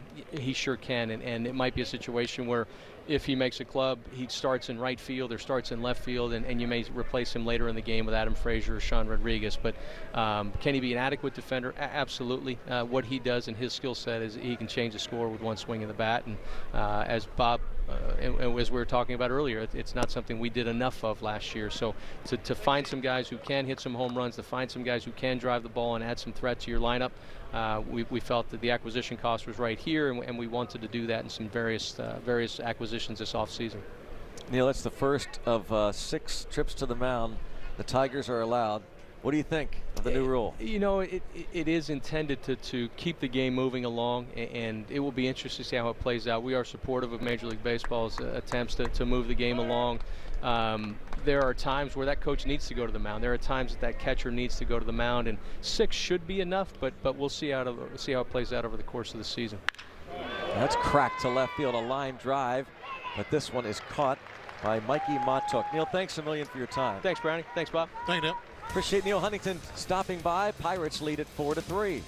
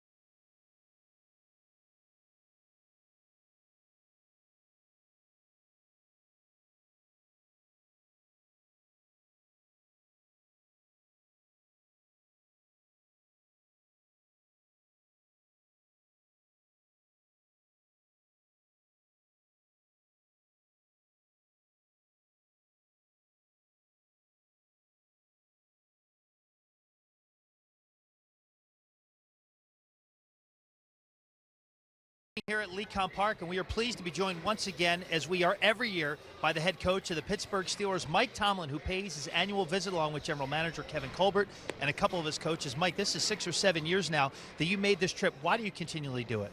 You know, it's a couple of things. First of all, I'm just a fan of Clint and Neil and those guys, and from that perspective, I want to support them. But also, it's a lot to be gleaned from this process that they're going through from a professional standpoint. It's awesome. Every year we come down here, we're talking different things, talent evaluation, the use of analytics in sport, looking at the improvements they've had at the facility over the years, just the services provided a group as you take them on a journey that's a season. I think we can all learn a lot from each other. I know that, you know, us four, Neil and Clinton and Kevin, myself, work hard to take advantage of the relationship. You know, one thing you guys have in common is evolution. That's the evolution of a roster. You've seen turnover in your 12 seasons now as a head coach of the Steelers. Clint's seen it right now. No Andrew McCutchen, Garrett Cole. What do you guys discuss in terms of turnover roster, yet maintaining that stability and obviously the wins that you try to attain every year? You know, first I think you got to acknowledge that it's as much a part of the game as the things that are part of the game itself. People are going to come and go. That's why you got to have a level of urgency with each opportunity that it is a season. I think the key is to acknowledge what you're working with and live in the present and make history as you move forward. You can waste a lot of time talking about guys that no longer play for you and things of that nature, and I think Clint has a real good feel for that. It was awesome. We spent a lot of time today, and you know, not once did he mention the guys that weren't here. He mentioned with excitement the guys that are in the process that they're going through. All right, if you had to pick one position that you could play, what would you play and why, Mike? I think first base. You know, first of all, you don't have to run a lot. And I imagine the mental warfare that goes on with the guys that actually get on base is pretty entertaining. I like to mic up the first baseman and follow some of the conversations that happen with runners that get on base. Yeah, that's why, because you want to BS with the guys that are on there. That's why, right? Well, you know, it seems like there's opportunities for it in baseball. Mike, thanks for doing this as always, and best wishes the rest of the offseason, the draft, and everything else coming your way. Thank you. All right. Appreciate it. All right, Craig. All right, thank you, Robbie, and thanks to Coach Mike Tomlin, who spoke to the team, and as said there with Robbie, he's just a big Pirates fan. See him. I like his selection of first base. Yeah, there. It makes a lot of sense. Sounds like he actually thought about it. Yeah, I like it. You get to that talk all the time, and obviously that's a huge part of being a first baseman. We have shown that over the years, how much conversation goes on over there between the base runner and whoever's playing first base. Congratulations to the Steelers, too. They had a great year. Yep. Just ended a little sooner than I know that they would have wanted, but still, a strong season. Jamer Candelario leading things off against George Contos. Felipe Rivero a 1-2-3 fourth. Contos figures to be one of the setup men in this bullpen. Came over from the Giants late last summer and finished with a 1.84 ERA his time with the Pirates. And again, our thanks to Neil Huntington. We get a lot of info there in a short amount of time from the Pirates general manager about his thinking.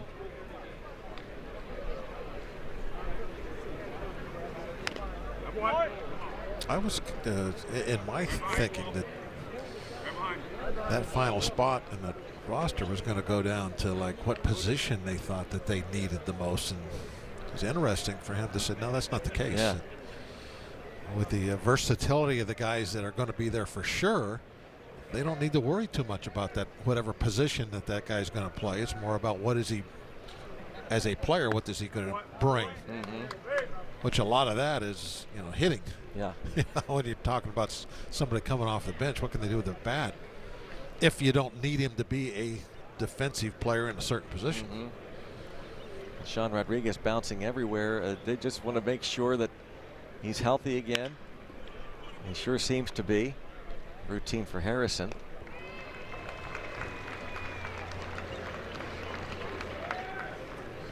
The catcher, number 55, John Hicks. Brings up John Hicks. But as we said, Contos figures to be part of that bullpen, and we kidded with Neil Huntington as he went through the names that I it think really does come down to about one spot. In my mind, there's one spot out there. He wouldn't say it, but we can. With Glasnow and Brolt more than likely going to be on the club in the bullpen with Rivero, the closer, Canto setting him up, Michael Felice. Brault being left-handed? Yeah. I mean, that's... Kevin Segrist, the veteran, the lefty. Segrist not on that list. Those are the righties. But that would seem to indicate that then that one spot comes down to like a Kyle Crick or a Josh Smoker, the lefty, or Jordan Milbreth, who they really seem to be intrigued by this Rule 5 pick from Cleveland. This Milbreth, who became a side armor a couple years ago. Cervelli over, and over by the coaching staff. There wasn't a lot of good that happened in yesterday's game in Dunedin against the Blue Jays, but Milbreth really looked sharp. These are the lefties, by the way, that are part of the club right now. So I like Milbreth. I mean, he got ground balls. He attacked the strike zone. Good stuff from the side. Different look than everybody else going out there.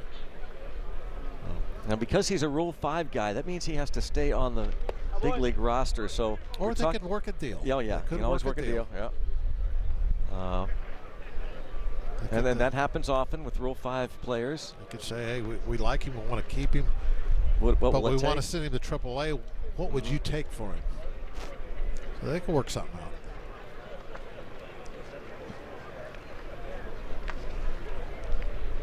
Joe Block, we give him Joe Block. A deal like the Tigers did with Ernie Harwell many years ago. Is that right? I didn't know about that. How about that? Joe Block has been traded to the Cleveland Indians for Jordan Milbreth. We wouldn't want that. Could we, as announcers, could we nix that trade? Can we block it? Can we go to Neil Huntington and say, no, we...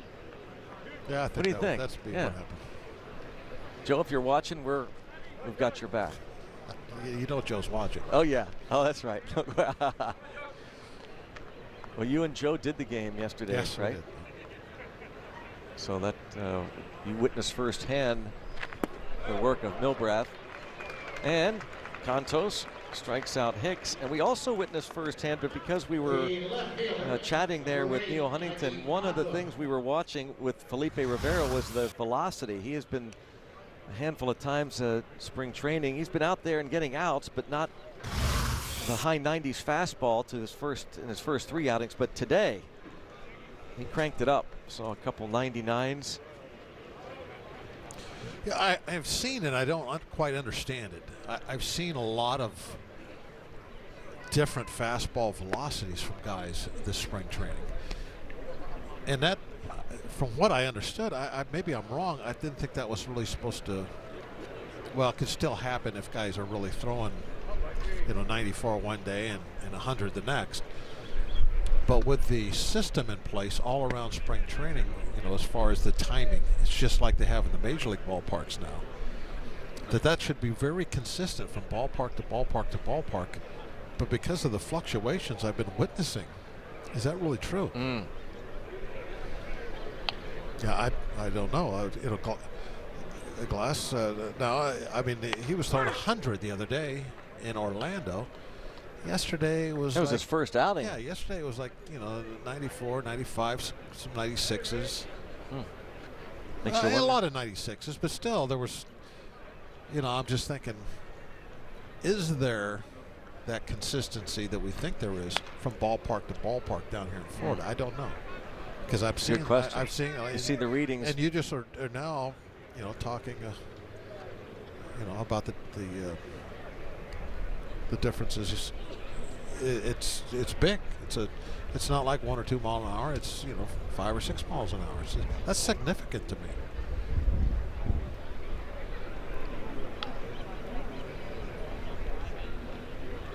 In the old days when it was just handheld radar guns, yeah, they are all different, and so you didn't raise an eyebrow at it. 1, 2, 3 for George Cantos, 4-3 Buccos.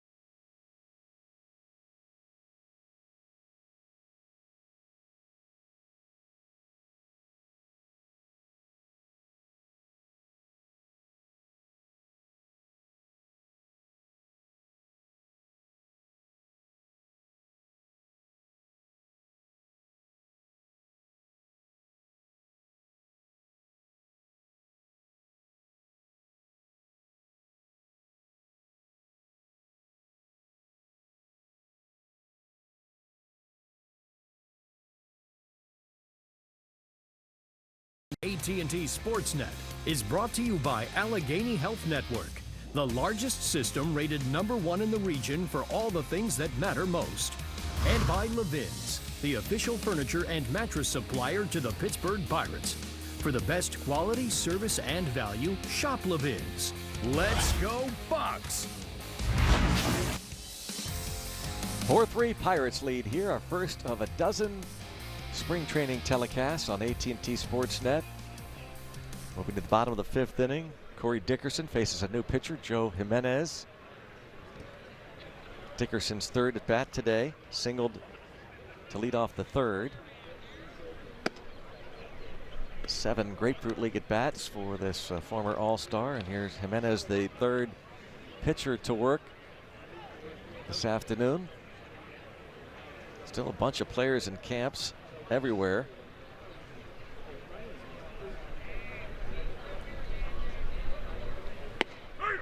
Tigers certainly no different. Including camp down the street here. Well, they're closing down that camp, I guess. What we're told in a couple days, that camp for the available free agents. Still at plenty IMG of available Academy. free agents. Yeah.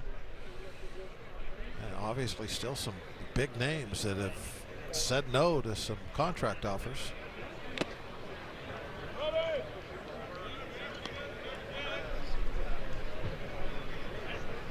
Reading today that there's speculation that some of the guys that have that draft pick attached to them might sit out, I guess, now until after the draft to see if they can get Mike some. Moustakas being one, right? Yeah, get some offers after the draft, so they don't have to worry about that pulling down their worth. At IMG Academy, located just a few miles from where we are right now. They had some workouts. They had some games they played over at IMG. And up the middle, a base hit for Corey Dickerson. Went down and got a breaking ball. Let's go out toward the bullpen area near the clubhouse, and Robbie with George. I am hanging with George Contos, Pirates reliever. First full season in a Pirates uniform. How's camp going so far? So far, so good. I've gone out there and tried to execute some pitches. My first outing didn't quite go as I planned. Unfortunately, there's no replay in spring training. But other than that, I've been throwing the ball really well, and happy with where I'm locating my pitches and how everything's moving right now. And as the spring continues, you keep building up arm strength, and everything gets a little bit closer to where you want to be come opening day in Detroit. So the Pirates went out and got Felipe Rivera 2 seasons ago at the deadline. You were a late acquisition last year. This bullpen seems to be completely revamped. What do you make of it, and how's the chemistry coming together amongst everyone? We have a lot of guys who can do some good things.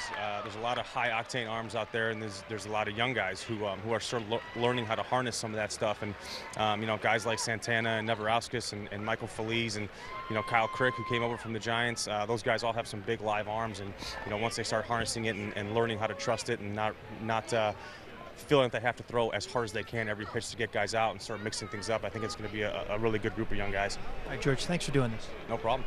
Greg? All right, thanks, Robbie and George Contos. Corey Dickerson winds up at third base. Comedy of errors there on that one play. Ball hit by Marte back to the mound. Corey Dickerson goes into third.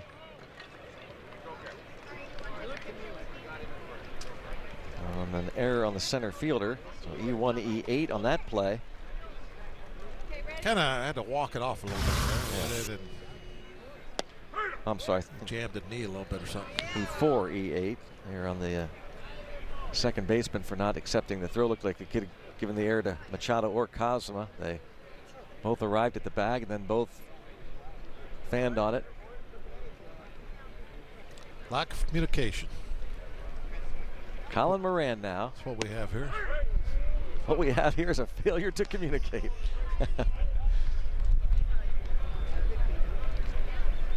Moran singled in the first. One of the new Pirates. Left-handed hitting third baseman.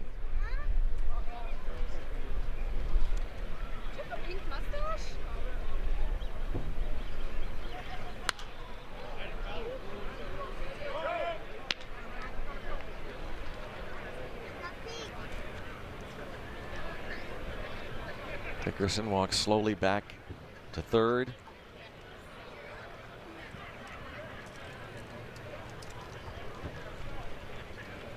And Marte on the fielder's choice reaching.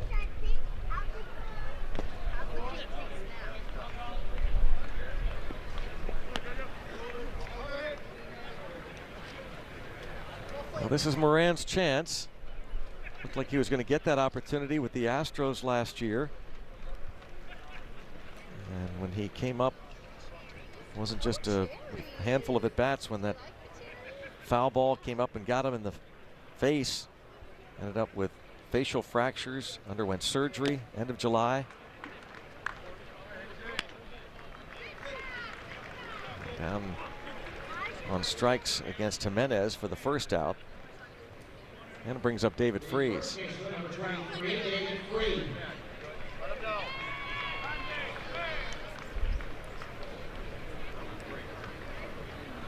Infield conceding a run. Freese struck out looking against Jordan Zimmerman, but in his first inning at bat, he homered.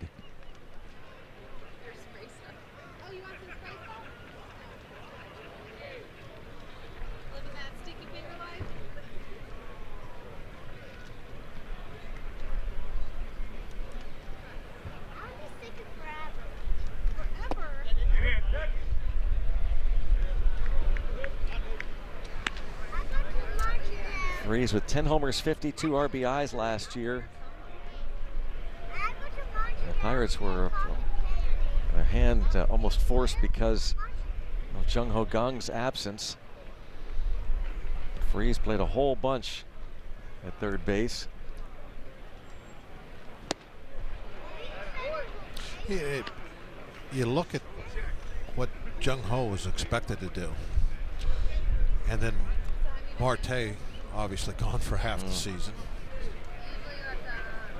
and it probably really wasn't Marte when you did get him. It's like he really a lost season for him. Lost season for our offense. Two of the bigger cogs gone. Yeah, and it just wasn't any recovering from that. Add to that the 3 stints on the DL for Polanco. So he could never really get it going. Yeah. And then, Kutch, the first couple months of the season, that one just kept blowing there. You saw the wind effect on that fly ball. Sacrifice fly that sent Reyes back to the wall. It just was a struggle with all, you look at all these different things, a struggle for the offense. Whether, maybe the Polanco wouldn't have had the troubles if none of the other stuff would have happened. Maybe Kutch would have not had that long slump at the beginning of the season if everything else would have been in the right spot. You could accept one of those things, but you talk about all that together, and it was just a tough time to score runs.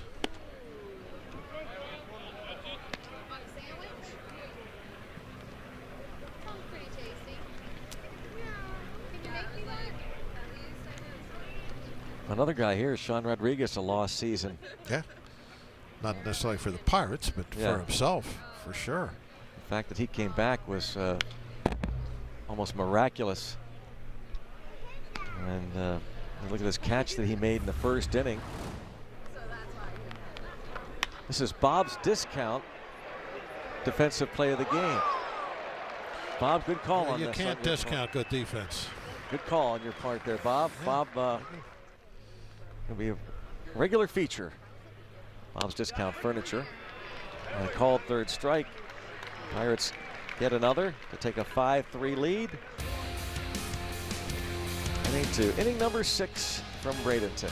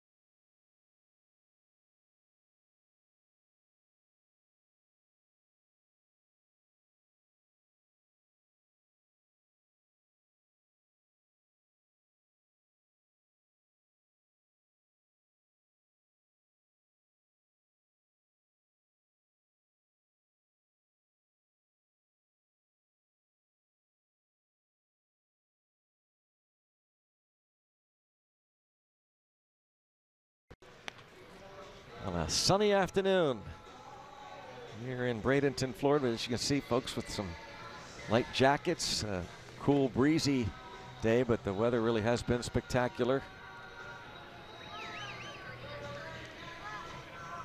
What was it, 3 weeks from today, the Pirates actually open up the regular season. Could be cool and breezy that day. Could be in Detroit. First of 3 against the Tigers, and then the home opener at PNC Park on Monday, April the 2nd. Here is Edgar Santana, Dominican right-hander who appeared in 19 games for the Pirates last year out of the bullpen. Finished with a 3.50 ERA. I showed everybody, he's got the arm for it. Could possibly be a later inning type guy in the future. And we were discussing the makeup of the bullpen and what appears to be one available spot. Santana in that battle with the likes of Josh Smoker and Kyle Crick and Jordan Milbrath, that Rule 5 player, Davidas Neverauskas. Edwin Espinal, 2 for 2. The DH, who last year hit 15 homers between AA Altoona and AAA Indianapolis in the Pirates organization.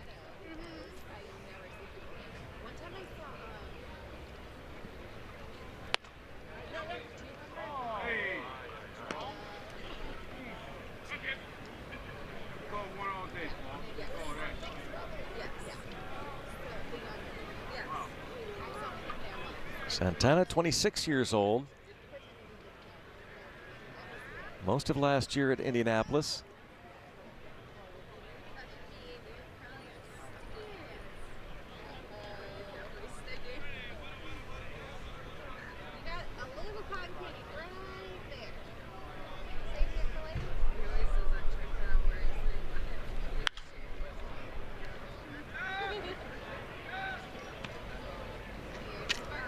Espinal, the players, coaches, just raved about his not only defensive work, but just his overall attitude. Tough to part with him, but he was a 6-year minor league free agent, and he signed with the Tigers. Well, you got to let those guys, try another organization if they aren't moving. It's only fair after 6 years. That's the deal. Marte really had to fight the sun on that one. The Pirates 6-pack is back. Helps you save on great seats throughout this season. Choose any 6 games in your favorite seating category, and plans start as low as $114. And for limited time, every 6-pack comes along with a $15 value. Good for concessions and merchandise. Go to pirates.com/6pack for more information.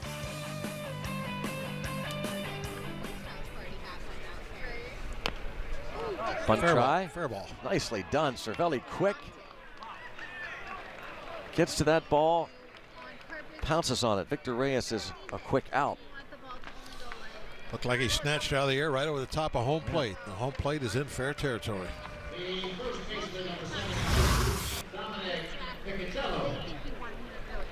Oh, yeah.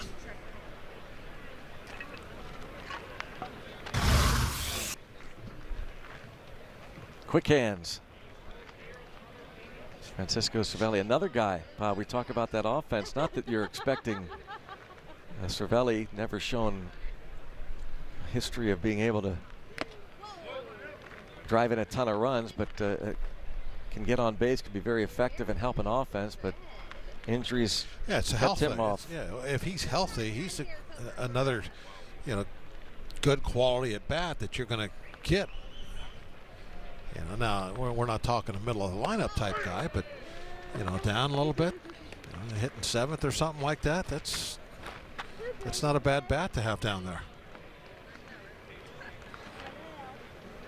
But with all those missing pieces last year, even when he was healthy, I think he was asked to be more of a middle of the lineup guy several times, and it's just not really the type of hitter he is. 8 pitches for Edgar Santana. 5.5 innings. From Bradenton, 5-3, Pirates lead the Tigers.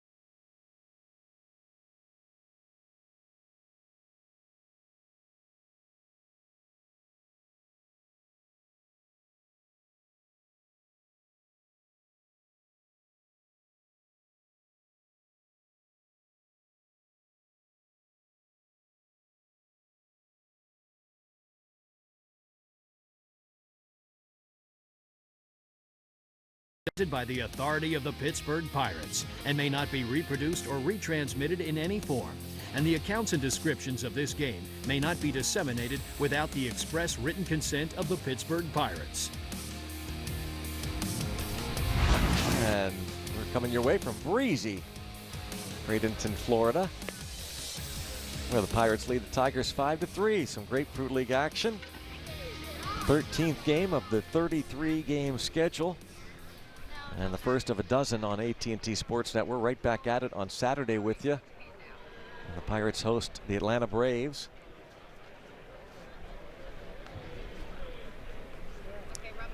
And Kevin Comer takes over.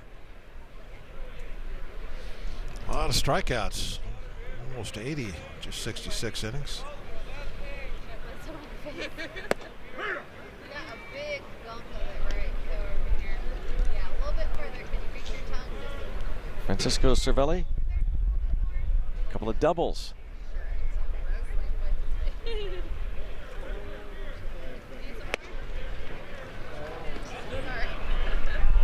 That's pretty convenient here, actually. And 1-1.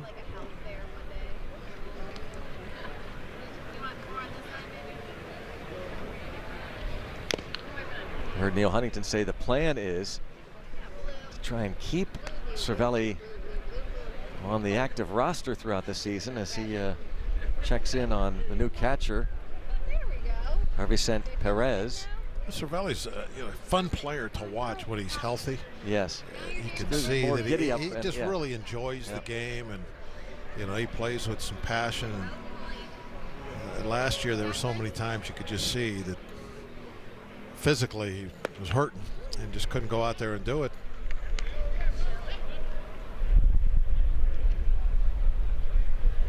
But he's had you look back through his career, especially with the Yankees, there's been some times where he hasn't been able to stay on the field. So, maybe cutting back a little bit is going to be the answer to it.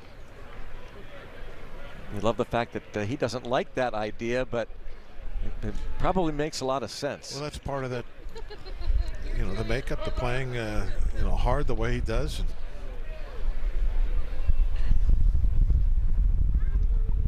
He likes to enjoy himself out there. That's, I think, fun playing the game.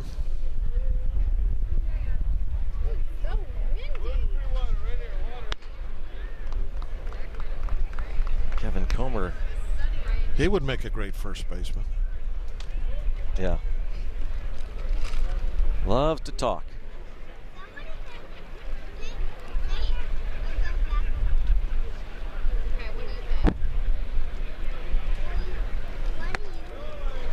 And draws the free pass. With flair. Yes. Not just a walk. The shortstop, number 10, Jordy Mercer.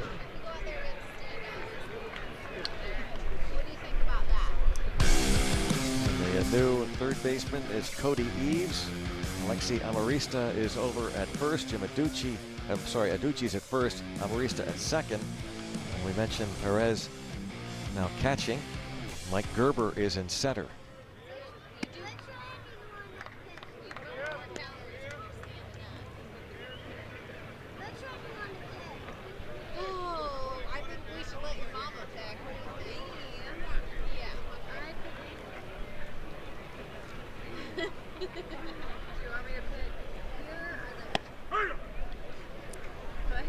Mercer's grounded out and walked. All right, set.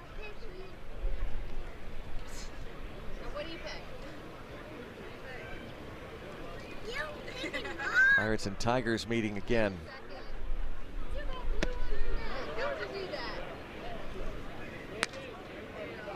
Tigers made their way over from Lakeland, central part of the state. Pirates were in Lakeland a little over a week ago. Clint Hurley might have heard yelling. Time. He wants Cervelli out. Surprised they waited 3 pitches. But Jacob Stallings will pinch run and likely stay in the game to catch. I figured it was going to be almost automatic that Cervelli would be done after that at bat. So Stallings now at first. Look out. All of a sudden, Cramer, wild couple pitches. That one a fastball. Even when he's been throwing strikes, they've been on the inside part. I mean, he's really locked into that area of the plate, just off the plate inside, trying to get in on all these right-handers.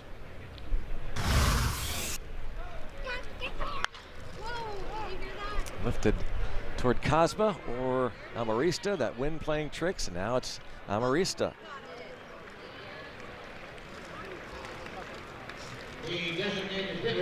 We'll bring up Bryce Brett. Spring training is here and on MLB.tv. Watch select games live on your favorite supported devices.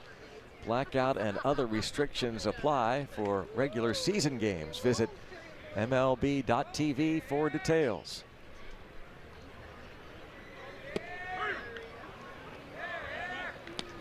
And again, Pirates and Braves on Saturday right here from Bradenton. Like we've played the Braves a lot already also. Pirates have made a couple trips to Orlando. Neil was mentioning all the long trips the Pirates have already made this spring. Been down to Fort Myers a couple of times already. The Braves were supposed to move over to Northport, just south of Sarasota, for next year. That would have been a nice, easy trip for teams like the Pirates, but the ballpark apparently not going to be ready, so Braves will spend yet another year in Orlando in 2019. Kevin Cramer in a pinch hit for Josh Harrison.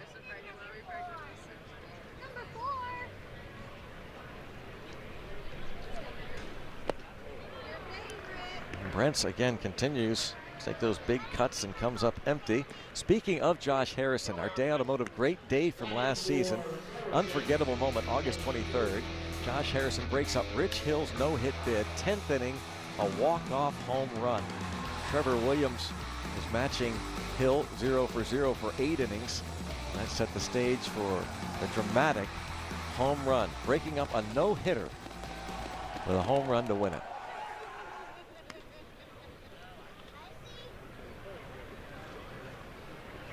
One of the top games ever at PNC Park. Yeah. Oh, yeah. Think? Yeah. Absolute classic. Watch baseball the rest of your life. You won't see that scenario happen again.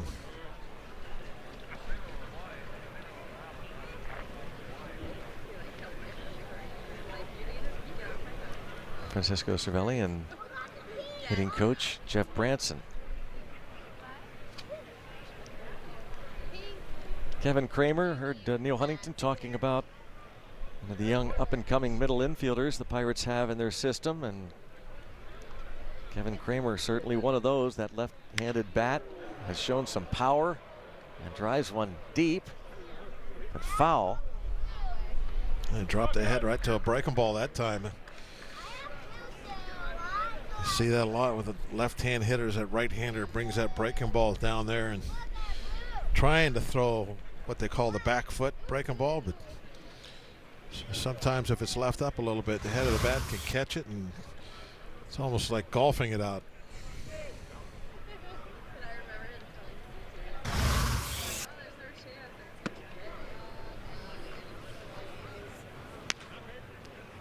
'24-year-old Kevin Cramer, second-round pick out of UCLA by the Pirates in 2015. Off to a great start last year at AA Altoona. Ended up fracturing his hand, hit by a pitch in June, and draws the walk. So Corey Dickerson will get a fourth at bat.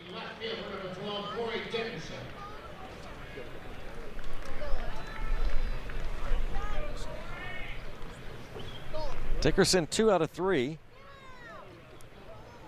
Kevin Cramer reaches on the walk against Kevin Comer.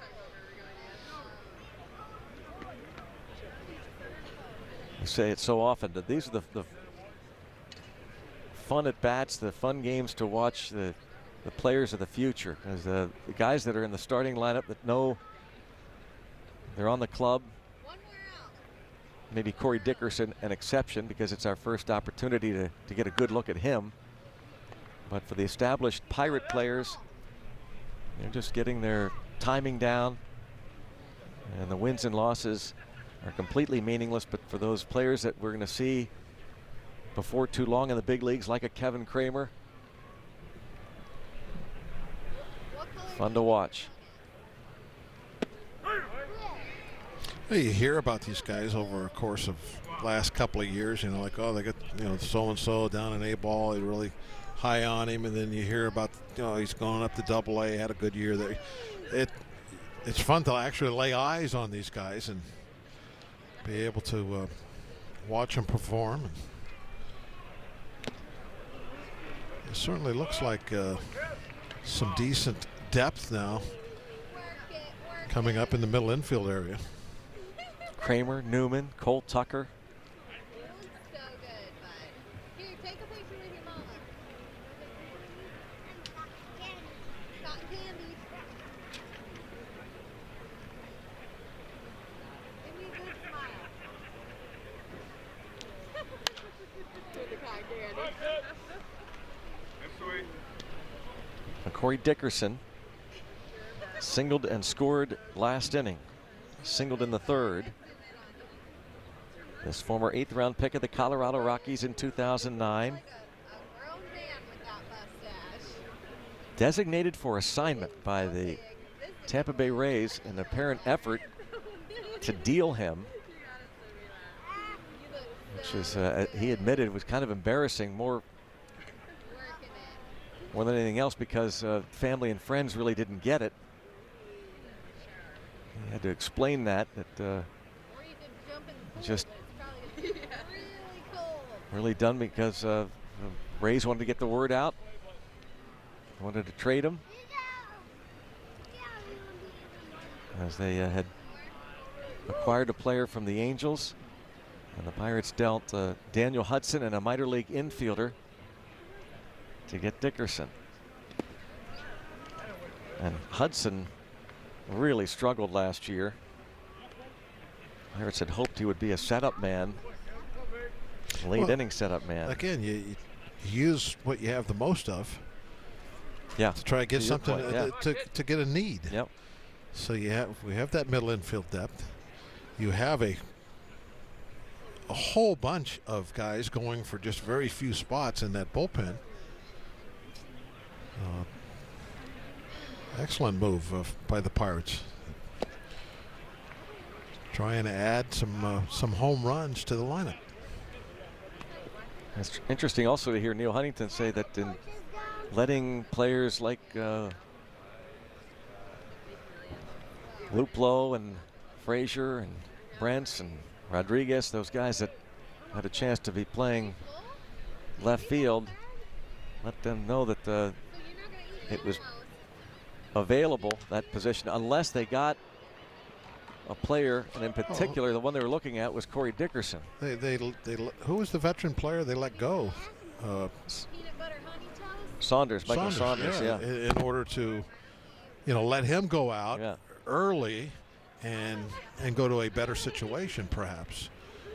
It was nice of the Pirates to do that and let him go where he had a shot to make a team and be in the outfield somewhere. Went to Kansas City. His agent pointed out how classy that was. And now catcher interference called on Perez. So a number of balls fouled off by Dickerson. He reaches first on catcher's interference to load the bases for a pinch hitter, but we'll see if Ron Gardenhire, he's going to go to the bullpen.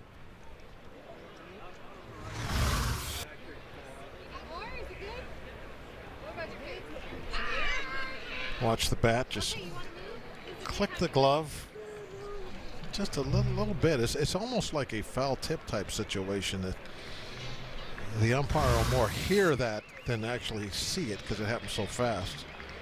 Austin Meadows will pinch run. New pitcher. 5-3 Pirates.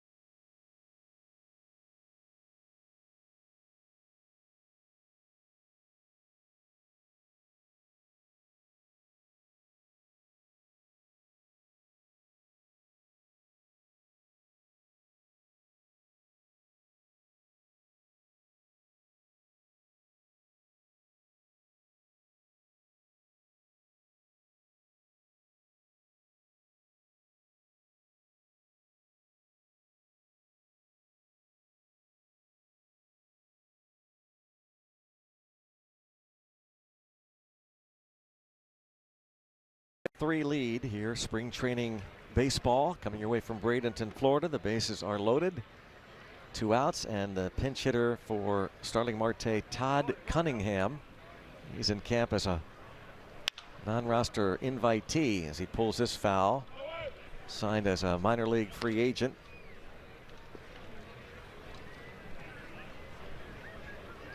Facing the new pitcher Victor Alcantara.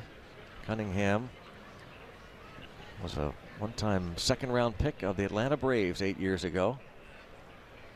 And time in the big leagues with Atlanta and the Los Angeles Angels of Anaheim.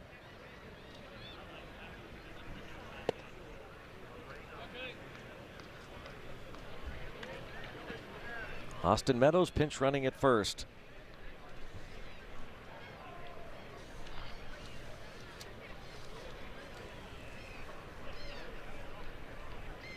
Cunningham with 2 hits and 14 Grapefruit League at bats.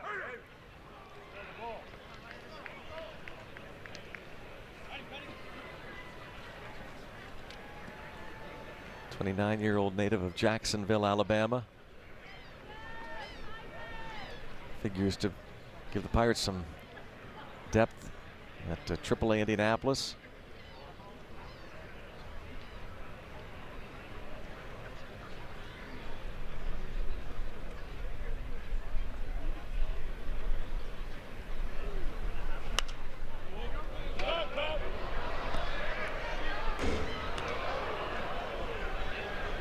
Did not play in the big leagues last year. Yeah, there's a lot of thought goes into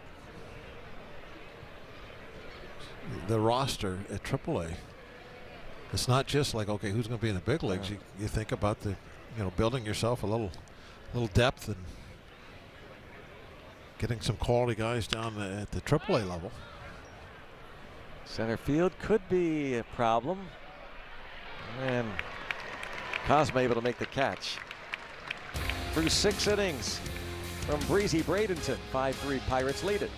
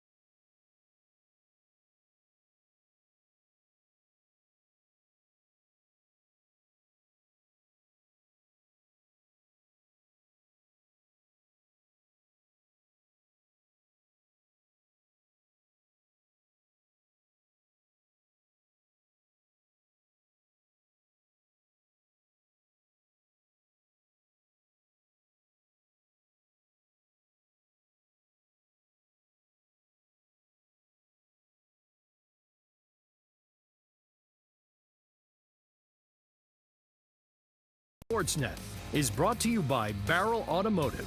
With express service, you're in and out in no time. Visit barrelservice.com to find a location near you.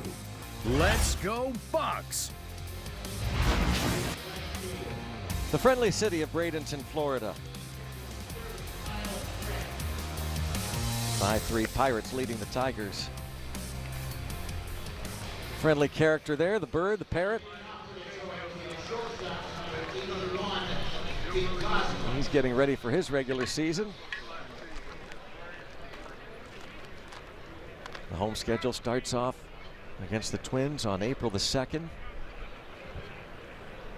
Bunch of changes. And here you see it. Kyle Crick is now on the mound. Jacob Stallings catches. Eric Weiss at first, Kevin Cramer at second, Colt Tucker, Christopher Bostic on the left side, Austin Meadows Todd Cunningham, Jose Osuna in the outfield, left to right. And here's Pete Kozma facing the hard-throwing Kyle Crick. One of the players the Pirates picked up in the Andrew McCutchen deal with the Giants.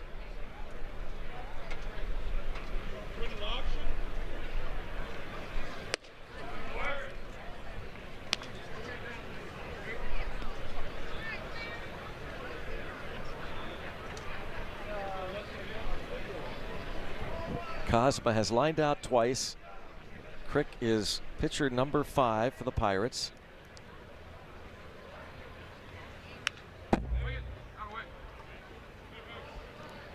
Crick's 4th appearance, his first spring with the Bucks. 5 days ago, a scoreless inning against the Phillies.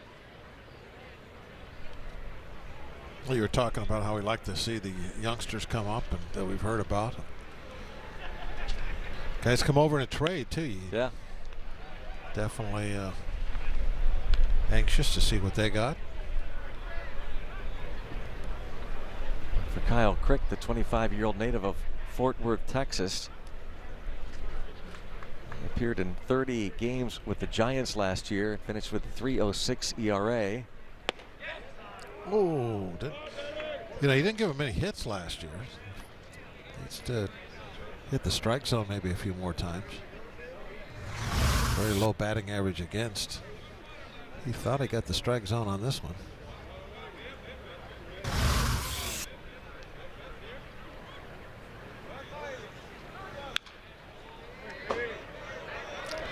Oh, that just reminded me. Josh Harrison out of the ball game, so an opportunity to some autographs, say hello. He could be a first baseman. Oh yeah. Popped up. Tucker. 1 out. Colt Tucker, again one of those young players. Boy, he has grown up, hasn't he, in a short time physically? Different looking player. Yeah, a lot of times I get these youngsters in here and rookie ball, and they talk about how they project them to be physically. Yeah. It's not an easy thing to do, but you see an example of what they're talking about when you look at Tucker. 2 outs. Mike Gerber's first at bat. The second baseman number 14, Alexi Amarista. Now first at bat for veteran Alexi Amarista. Jay Hay down there shaking hands in the old bullpen. The old bullpen, when you warmed up at one time, you'd be throwing right through that fence.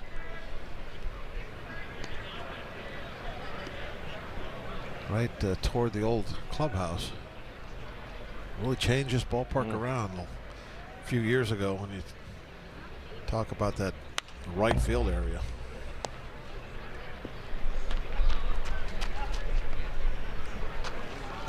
That is Look at that, huh? So different than it used to be. There used to be a dirt parking lot on there with an old pond on the other side of that fence.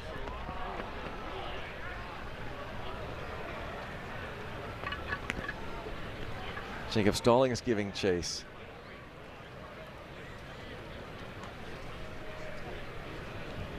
Couple of strikes, 2 outs, 7th inning. Old outfield fence used to be like a corrugated fiberglass. Lean up against it during BP, get all itchy. Hey, don't lean up against there. You're going to get all itchy. I'm going to talk to assistant pitching coach Justin Message when we come back.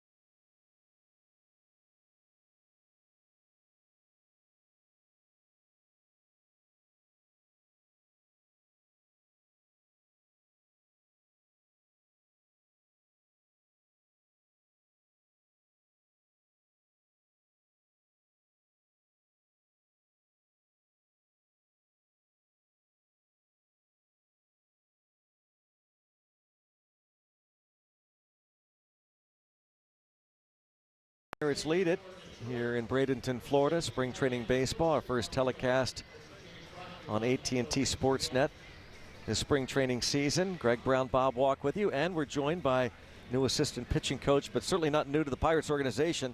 Justin Message is downstairs. Justin, this is not new for you at all. I mean, a lot of these players, these pitchers, you have seen previously, but still it's a new position. I'm sure you're excited about it. Yeah, I'm really excited. It's kind of neat to see the process through. Some of these guys I had when they first entered pro ball, and now I'm getting to see them at the highest level, and it's pretty cool to see the development that's happened over the years and kind of see that through. So it's an awesome experience. Well, you have to be very proud from a personal standpoint that part of the strength, well, really the main strength of this team is some of those young starting pitchers that you had a big hand in getting them here. Yeah, it's pretty neat, and it's amazing to see. Like I mentioned before, it's amazing to see how much they've grown up as not only pitchers but also people in general. And it's an exciting time in Pirate baseball. How are you and Ray going to just decide? Yeah, who does what and all that kind of stuff. I mean, I'm sure you and Ray have talked about the situation of like guys throwing on the side and that sort of thing. How's all that going to work?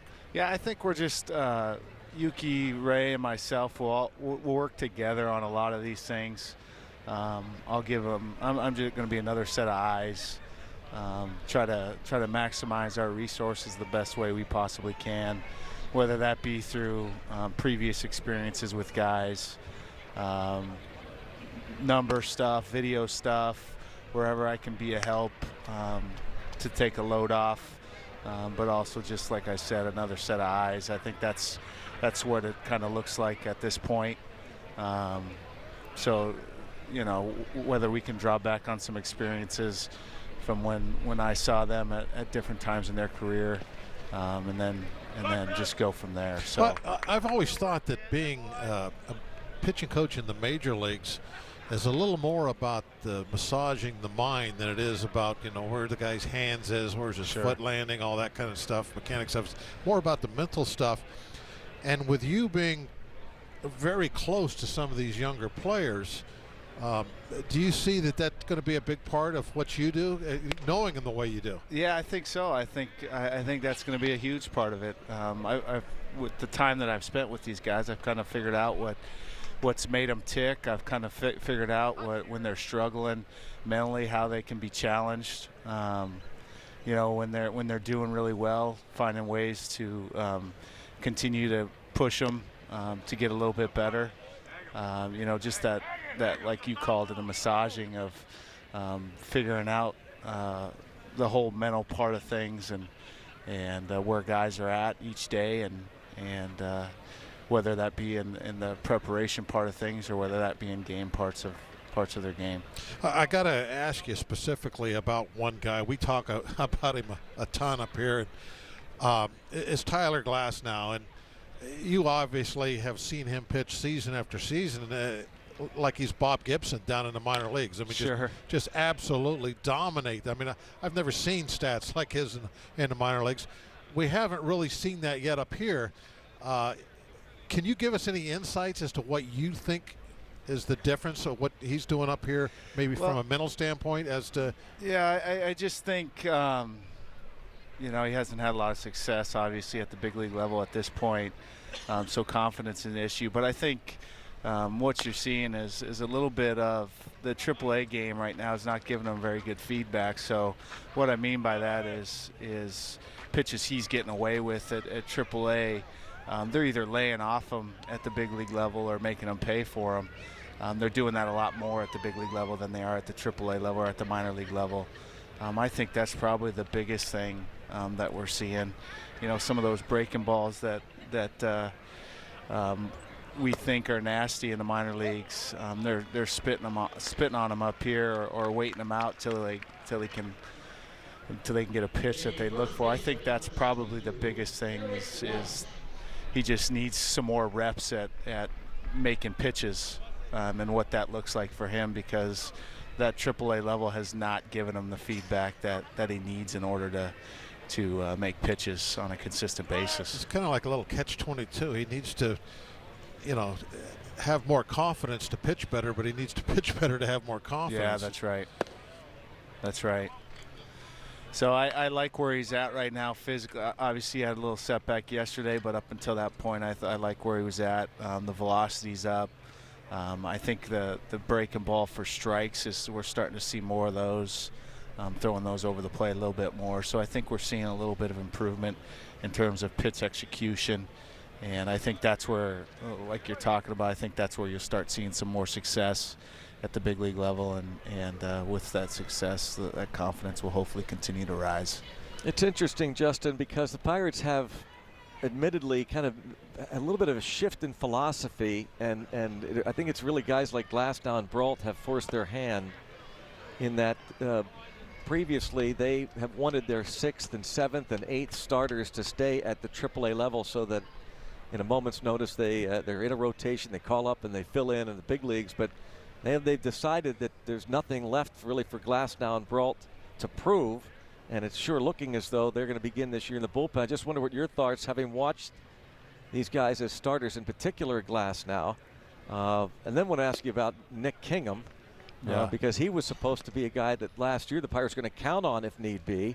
Had a little bit of a setback, but he's looked good this spring. But how about those two particular subjects? Yeah, I think like I mentioned earlier, the AAA game isn't giving these guys the feedback they deserve or need, and if we can find spots for them, whether it be in the bullpen in the big leagues or whatever that looks like, that would be a good situation. Put them in situations to where they can succeed a little bit, maybe smaller fragments of innings, so that they can build some confidence, especially Glasnow's case. We'll see what happens, though. I still think they can be really good major league starting pitchers, but we'll see. And then in terms of the Kingham, I'm excited about Kingham. He's thrown the ball really well this spring. I had him in the Florida State League, and I still think that I had a lot of these guys, like you mentioned, in the minor leagues. I still think this guy can be one of the best out of any of these guys. I think he's got 3 pitches that he throws for strikes. He commands the fastball. He controls the running games. Mentally, he's composed. You saw that a little bit today. There were some things not going his way, and he continued to fight, continued to compete, continue to make pitches. And I'm really excited for where he's at. And I think he's finding that a point physically to where he feels really good, or back to where he was, or even maybe a little bit better than where he was. So that's an exciting time for him. And I think he's just waiting for that opportunity, and he's got a little bit more urgency than I've seen him have in the last couple of years, which is exciting. Eric Weiss just doubled, by the way, a shot off the right field wall to score Chris Bostic, and now Jose Osuna at the plate. And I was glad you were talking about Kingman, the way he kept his focus, everything together with some errors out there, because when it was happening, we were discussing about it's almost a good thing for the coaches to watch him in this scenario and see how he reacts when something goes wrong out of his hands. That's a lot of what you guys are looking for at this time of year with these younger pitchers out there. Absolutely. That's probably the biggest thing is this adversity that happens during the course of the game and how they respond.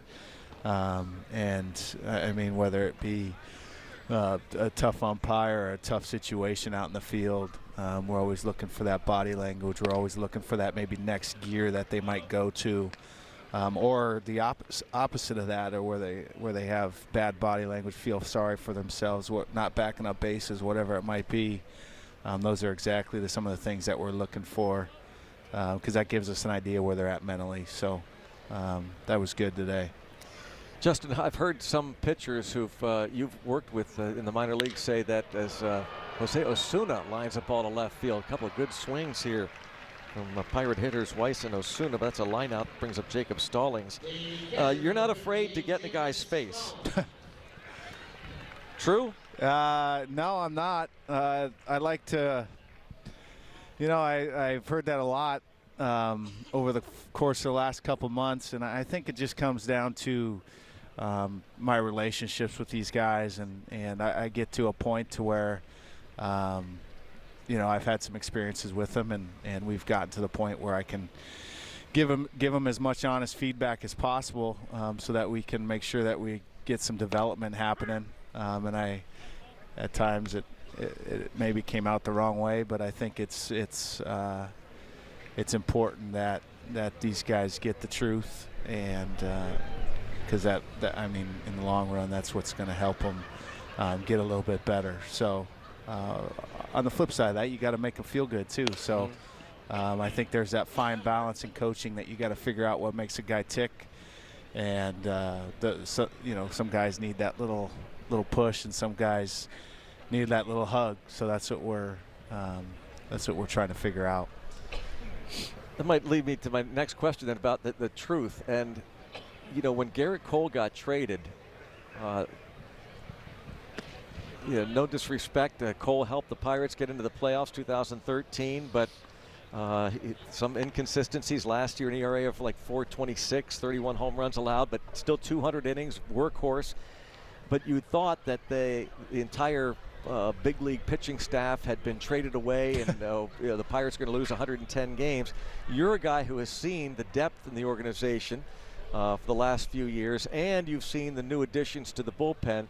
Give us your best sense, as best as you can, as objective as you can be, about where you think the pitching staff at the big league level and this organization stands right now. Yeah, I really like and I'm excited about what we have in terms of starting rotation depth. I like the 7 that we have here, or we have a couple young guys also here with Agrizal and Escobar, but with Glasnow, Brault, Kingham, I guess it's 8, and then 2 young guys. I really like the depth. We got guys that are competing very well.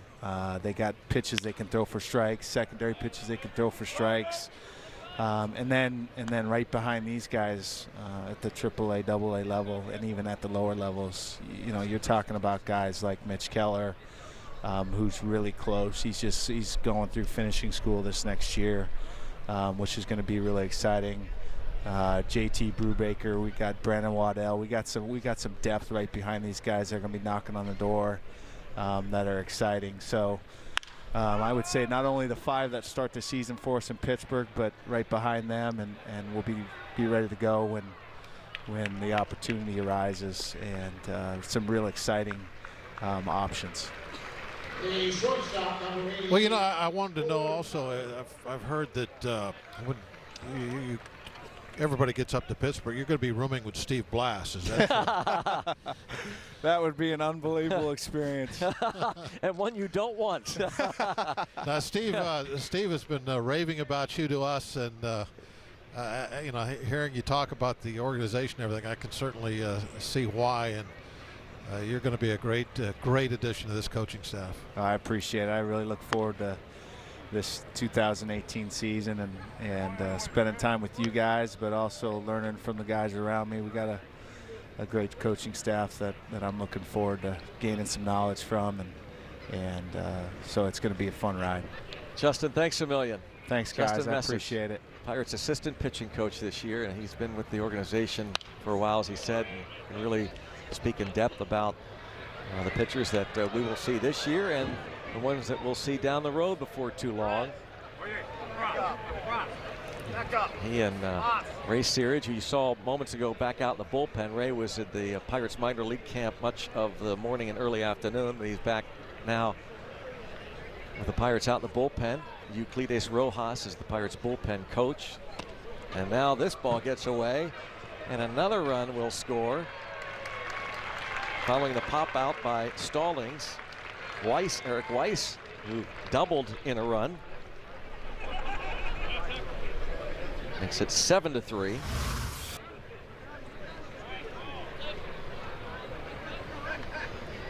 Just about got Tucker in the shin bone.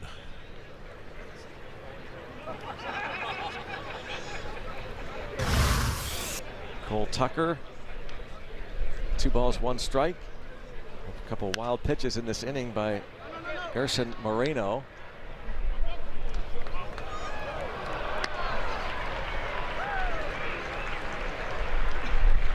seems like it's cooling off now, doesn't it? No, not at all. Not the same temperature as it was when we started.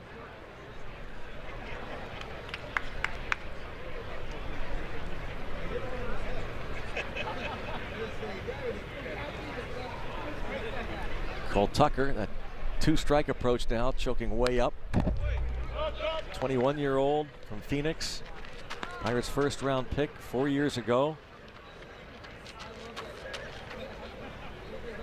285 average at high A-ball Bradenton and then on to Double-A Altoona. One of the top prospects in the Pirates organization.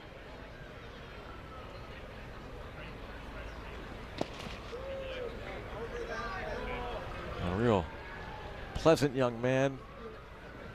Oh, look at those heat waves. Look at those heat waves. We need one of those up here in the booth. Well, you need a jacket first. Let's get you a jacket and then we'll work on the heat lamp. Some people, Bob, you know Steve's favorite phrase, one of his favorite phrases, if you care, prepare. And that goes with bringing a jacket.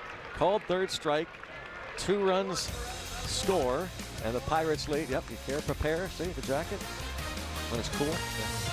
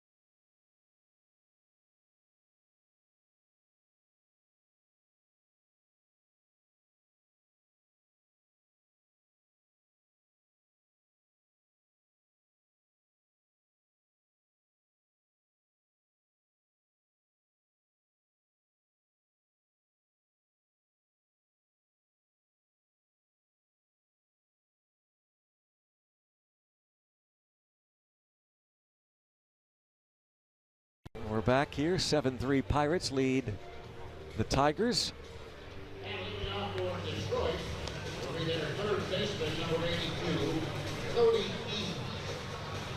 And let's go downstairs to Robbie. Yeah, I have one of the newest Pirates relievers right here, Kyle Crick, and situated with his surroundings right now. How do you like wearing a Pirates uniform so far, Kyle? I'm enjoying it a lot. The team's been great, taking me in. It's been awesome.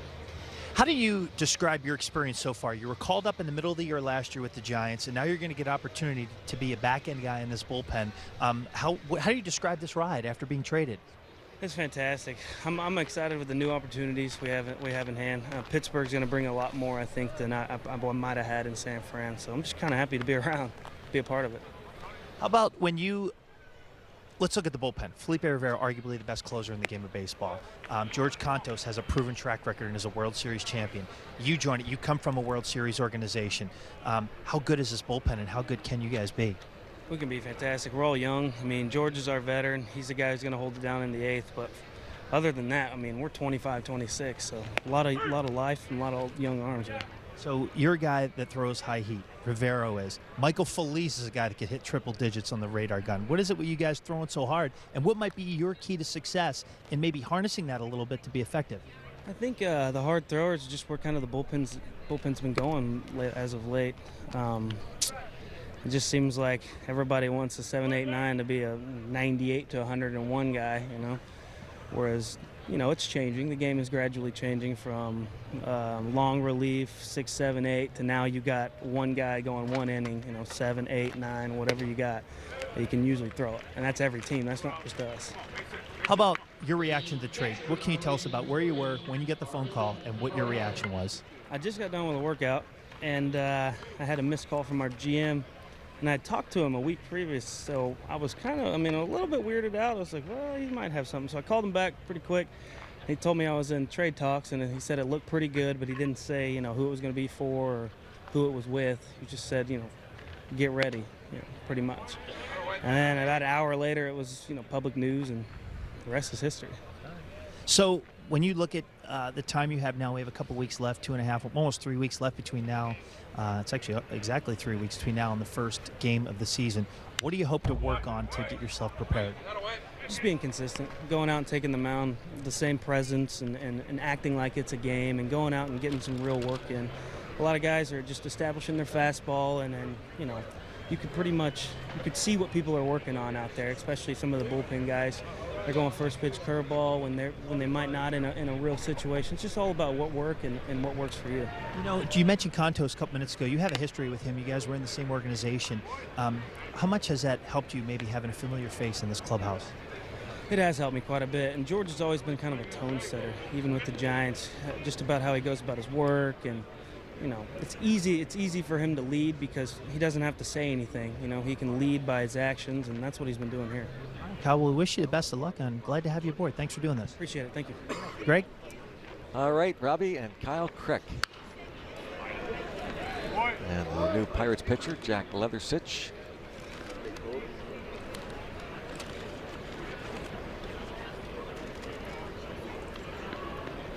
Appeared in a handful of games last year after it was picked up off waivers from the Cubs.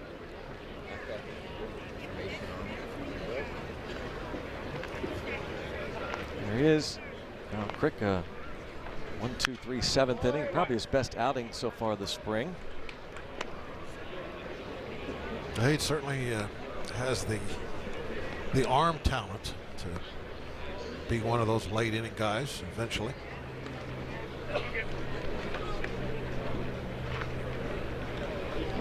His name is written in pencil on my roster.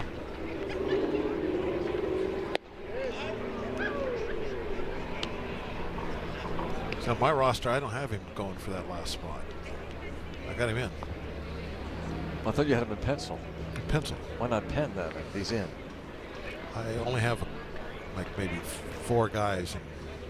I have like a couple of guys in Sharpie, and then a couple of guys in like the old style ballpoint that could be wiped off, and then there's pencil, and then there's a really light pencil. So it's the way it is. Who's Sharpie? Who's pencil? Who's pen have you borrowed? Because I know they're not yours. Yeah, that's very good. Very good. Yeah, I haven't had to bring my bag yet. I see that. Yeah. Saving it for regular season. Have to.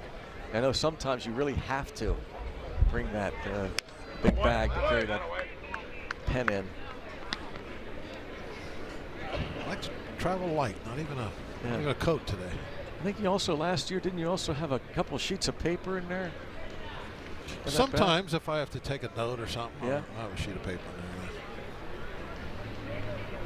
there. The little ear thingy that we put in our ear. The ear thingy, yep. I usually carry that around in there. Did you bring your ear thingy today? I forgot it. Uh-huh. It's in my bag at home. How sweet it is. There he is. The life. I'm standing up moving around because I'm cold. It is amazing how different 60 degrees here is than anywhere else in the country. It is. It's like bone chilly. If we were in Pittsburgh, we'd be swimming. Yep.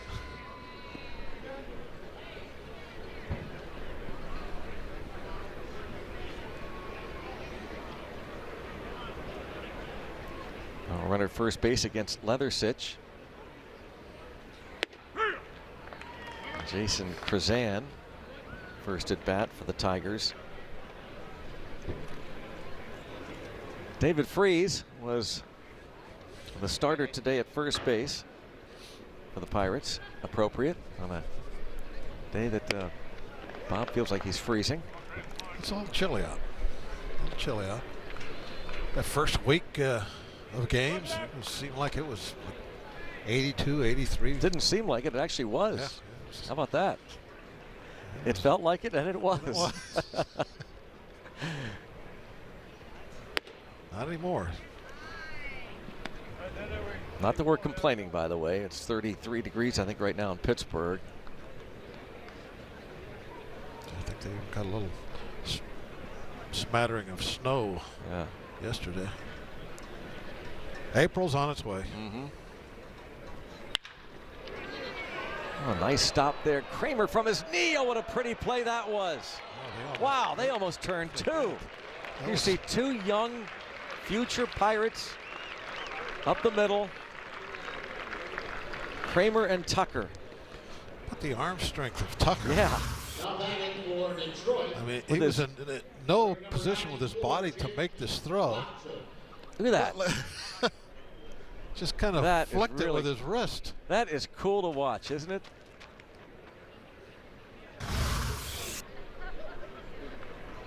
Even Kramer, Colt Tucker, they get the out at second. You got a chance to see that great athleticism from Tucker.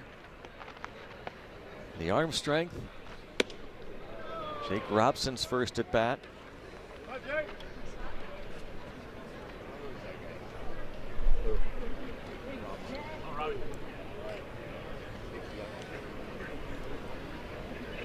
Kramer and Tucker coming in second half of these ball games at some point. They will be headed to minor league camp. Pirate City, just a few miles away from here. Opened up a couple days ago. And so the first, not to suggest that they're going to be the first cuts, but they could be early cuts. There's 64 active players still in camp. And we'll start to pare down this roster. We mentioned that our next telecast is Saturday, the next game for the Pirates. And that'll be our webcast on Pirates.com from Clearwater against the Phillies tomorrow afternoon. Stephen Brault will start that game.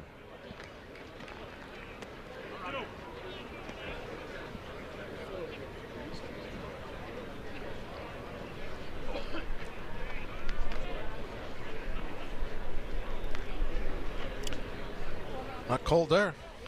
Bare arms. I like it.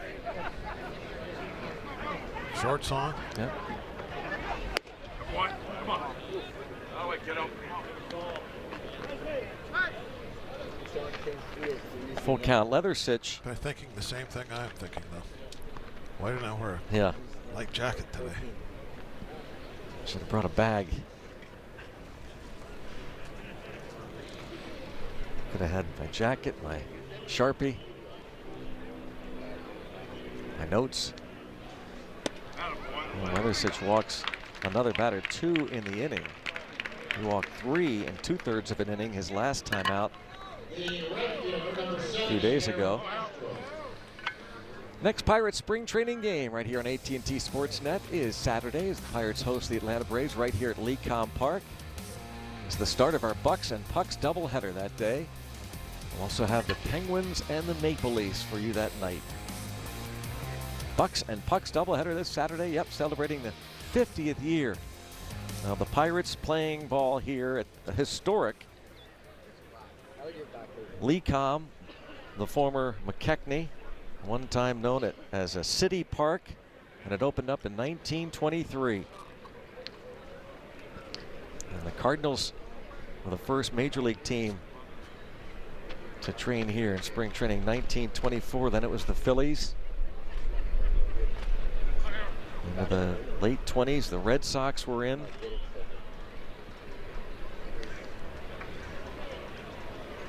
Cardinals came back.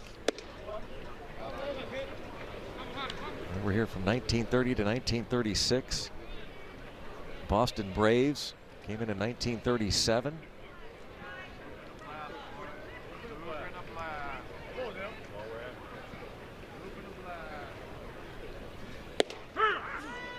Jacob Stallings throw, one hopper, fairly close. That ball's on the bag. They got a shot. Stallings got to try and pick off Krazan.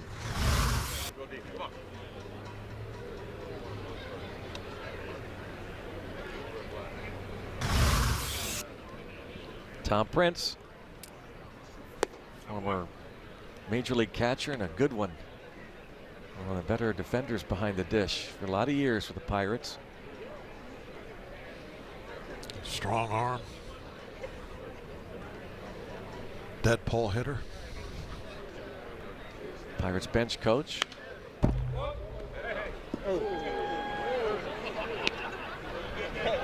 He'd wear out some rain tarps on that man. left field line.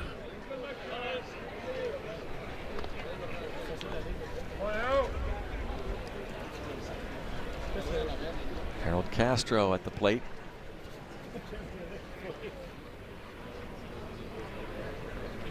And there we have it. Dickerson works around a couple of walks. Pitches a scoreless 8th.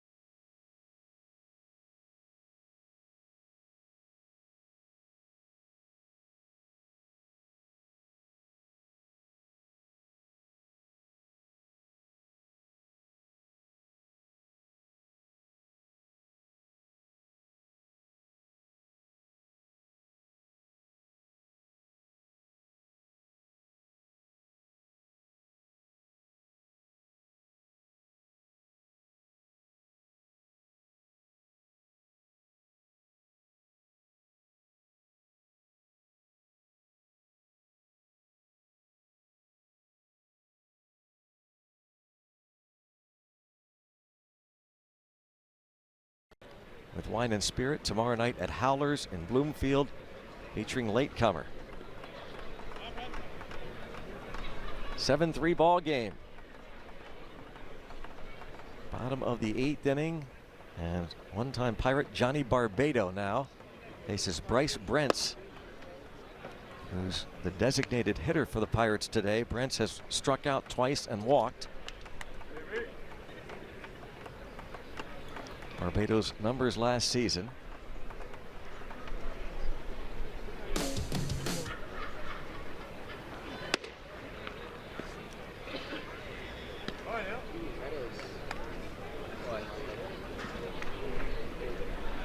Again, Brent is out of options.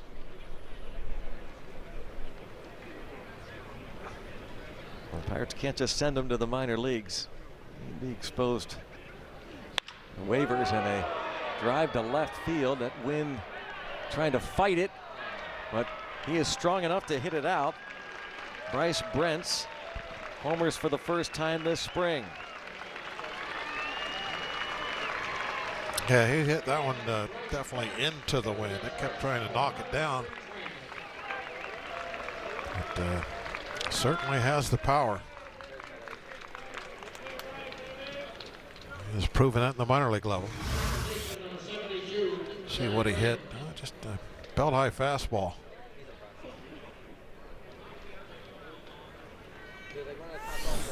Barbado just challenged him with a straight one.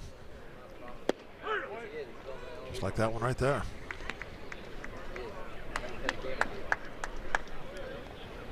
Kevin Cramer walked as a pinch hitter in the 6th.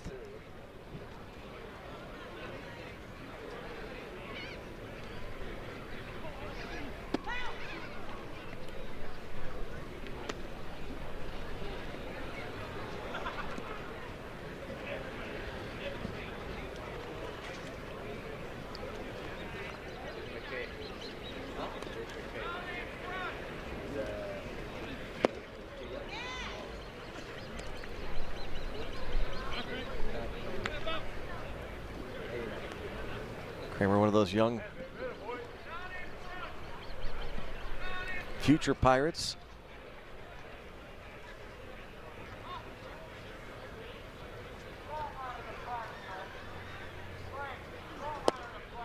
Played in the Arizona Fall League.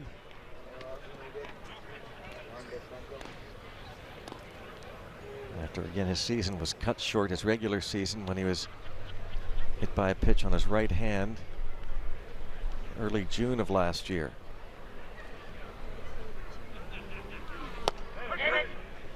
Barbado strikes out Kramer looking. The left fielder, number 17, And now Austin Meadows. McKinney going to come up, Brett McKinney, and be the pitcher in the 9th. And Austin Meadows has been on the Pirates' radar since day one. First round pick 2013, but he's had some fluky injuries. And because of that, has not gotten enough at bats in the minor leagues.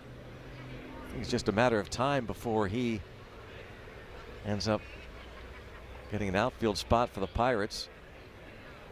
Still just 22 years old. I think so. Much more low key, I think, this year around him in spring training than last year, because of what happened to him last season. It didn't really have that strong of a year, but last year everybody was kind of looking, thinking, hey, this guy could help us by the end of the season. Talking about how he'll probably be an all-star type player. Mm-hmm. And now he's just kind of another guy going about his business down there. I've seen him play almost every game I've been to, but it's always where he's been coming in later in the game. Hasn't been getting any starts. I don't know if he hasn't gotten any starts, but there's been a lot of ball games where he's come in the 6th inning so far. You watch Austin Meadows, and we've seen it now at 3 springs. When he has played in these games, it's different. When that ball comes off the bat, the way he roams the outfield, the last way game he runs the bases. Last game I did with you, remember that home run that he hit in the right field? Oh my gosh. Just an absolute bomb out of here. Way back there. Had to go well over 400 feet. Last year, hamstring and oblique strain kept him off the field for quite a while as he pops this one up. Well, before that, out 6 for 12 this spring. Todd Cunningham. Todd Cunningham, second at bat. 2 outs in the 8th.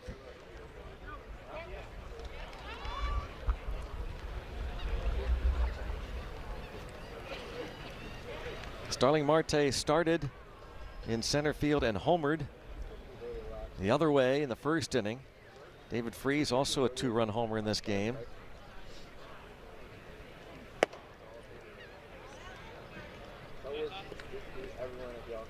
Francisco Cervelli on base 3 times. The Pirates catcher doubled twice and walked. So 3 home runs in this ball game. Starling Marte, David Freese, and Bryce Brent. Nick Kingham started, gave up 3, I believe, unearned runs officially in his 3 innings of work. Felipe Rivero looks strong, the Pirates closer, 1, 2, 3, 4th inning. George Contos, a quick 1, 2, 3, 5th. Edgar Santana, who's also battling for that final bullpen spot, a 1, 2, 3 inning, and Kyle Crick, a 1, 2, 3, 7th.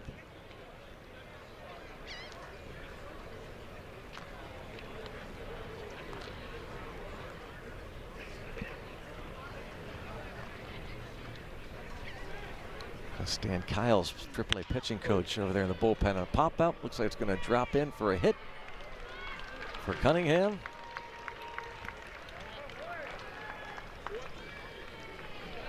Well, he is aboard. And it brings up Christopher Bostic.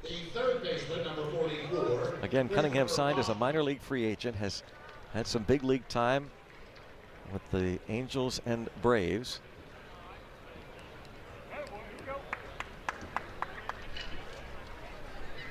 And there is the skipper, the great one, Jim Leland.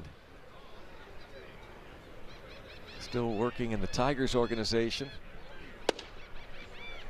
after managing the Tigers for several years. Very valuable advisor over there. And talk about having an extra pair of eyes to kind of watch things. Doesn't get much better than that. Nope.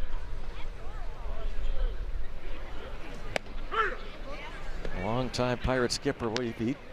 He's seen a lot of changes in this ballpark. He was here when the first big changes started in the early 90s. Yeah, when things started to get redone, they did the field was the first thing they did. I think that's in the 80s. Maybe late 80s. Late 80s. Yeah. They redid the playing surface, and it was just horrible at the time. Just the grass, everything was just a mess. They got that fixed. And here we go. Here's some of the renovations of the 50 years. Yeah, the field and the stadium in the early 90s, but even before that, Bob. Yeah, I think in the late 80s, they started changing some things. Yeah.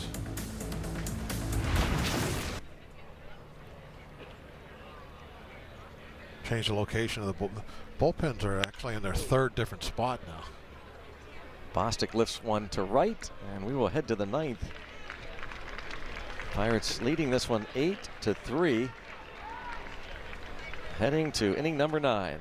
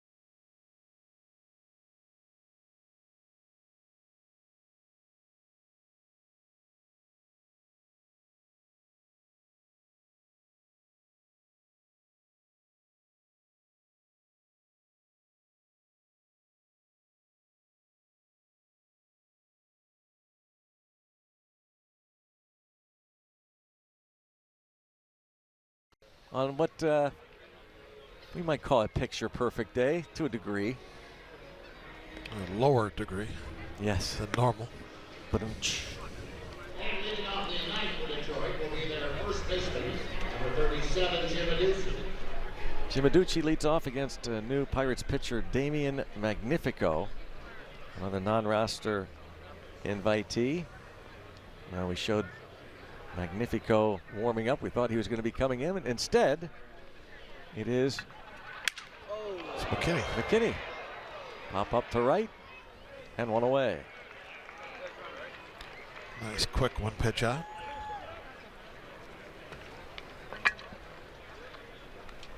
So it's Brett McKinney. He's also a non-roster invitee, but Pirates minor leaguer. 19th round pick in 2013. A 3.47 ERA in 40 games at AAA Indianapolis last year.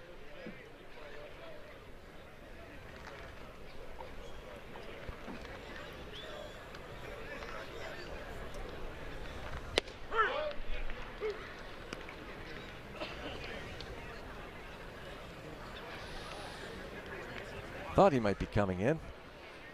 See him down there with Ray. Ray looks like he should have a lightsaber in his hand or something. He does, yes. That is a great call. Obi-Wan.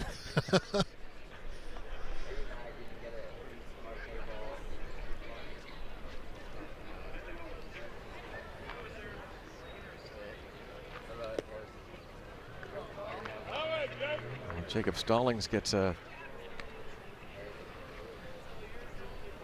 shout out from his manager, Clint Hurdle. Attaboy, Jake. Jacob Stallings.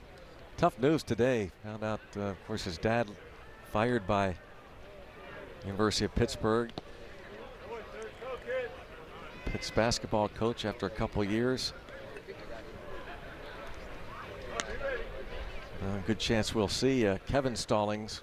Usually do every spring anyway. Chance we'll see Kevin Stallings down here at some point.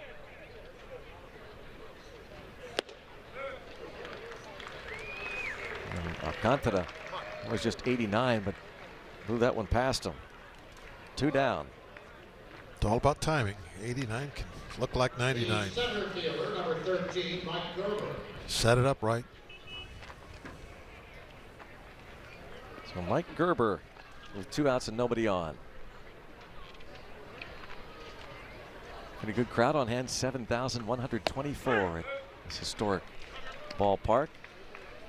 Back at it again Saturday with you.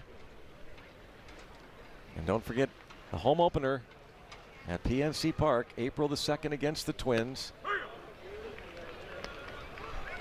Go to Pirates.com.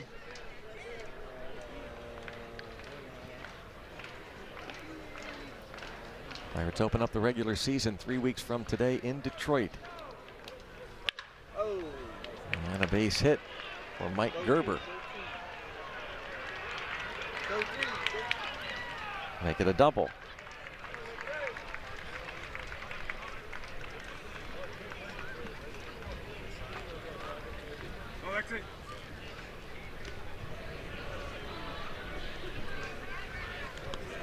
A 2-out double. The second baseman, number 14, Alexi Amarista. And Alexi Amarista.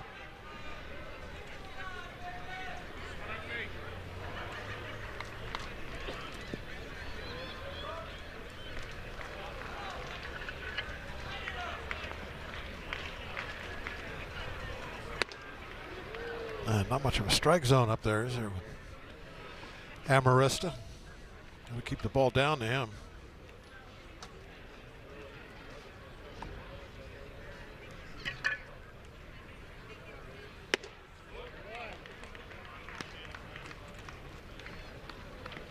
Great things about baseball.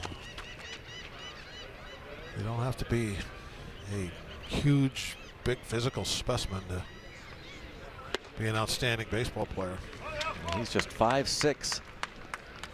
Alexi Amarista, who's a pretty good career already. A handful of years with the Padres, a little bit of time with the Angels and Rockies.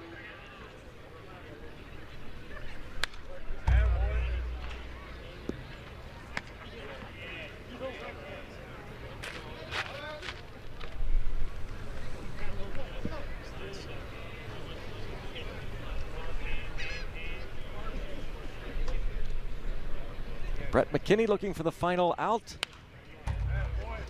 Amarista, always a scrappy type player.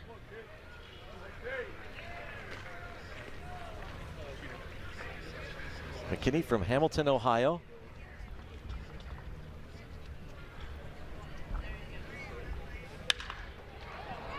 Toward left. And Meadows. And that will do it. Pirates win this one 8-3.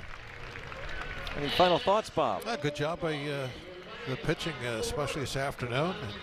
And in a day where we saw the ball would get out of here, they did a good job minimizing the damage. Only gave up 6 hits, and a couple of those runs tainted a little bit. We didn't play the greatest defense earlier in this game, but still a nice ball game after, especially when you compare it to yesterday's. Yesterday's was a little tough, but this is a good one to show on AT&T today. They played good, right? for first time, out in front of the cameras. Guys did a good job. We got a look at a lot of the regulars in this lineup. You know what the inspiration was? No, you're going to have to go with me. Whose game debut as the pre and post game co-host? Oh, the Michael. Fort. Michael, yeah. He was the inspiration. Michael McHenry. Take it away, Michael. Yeah, he and Rob will do that for us, so stay tuned.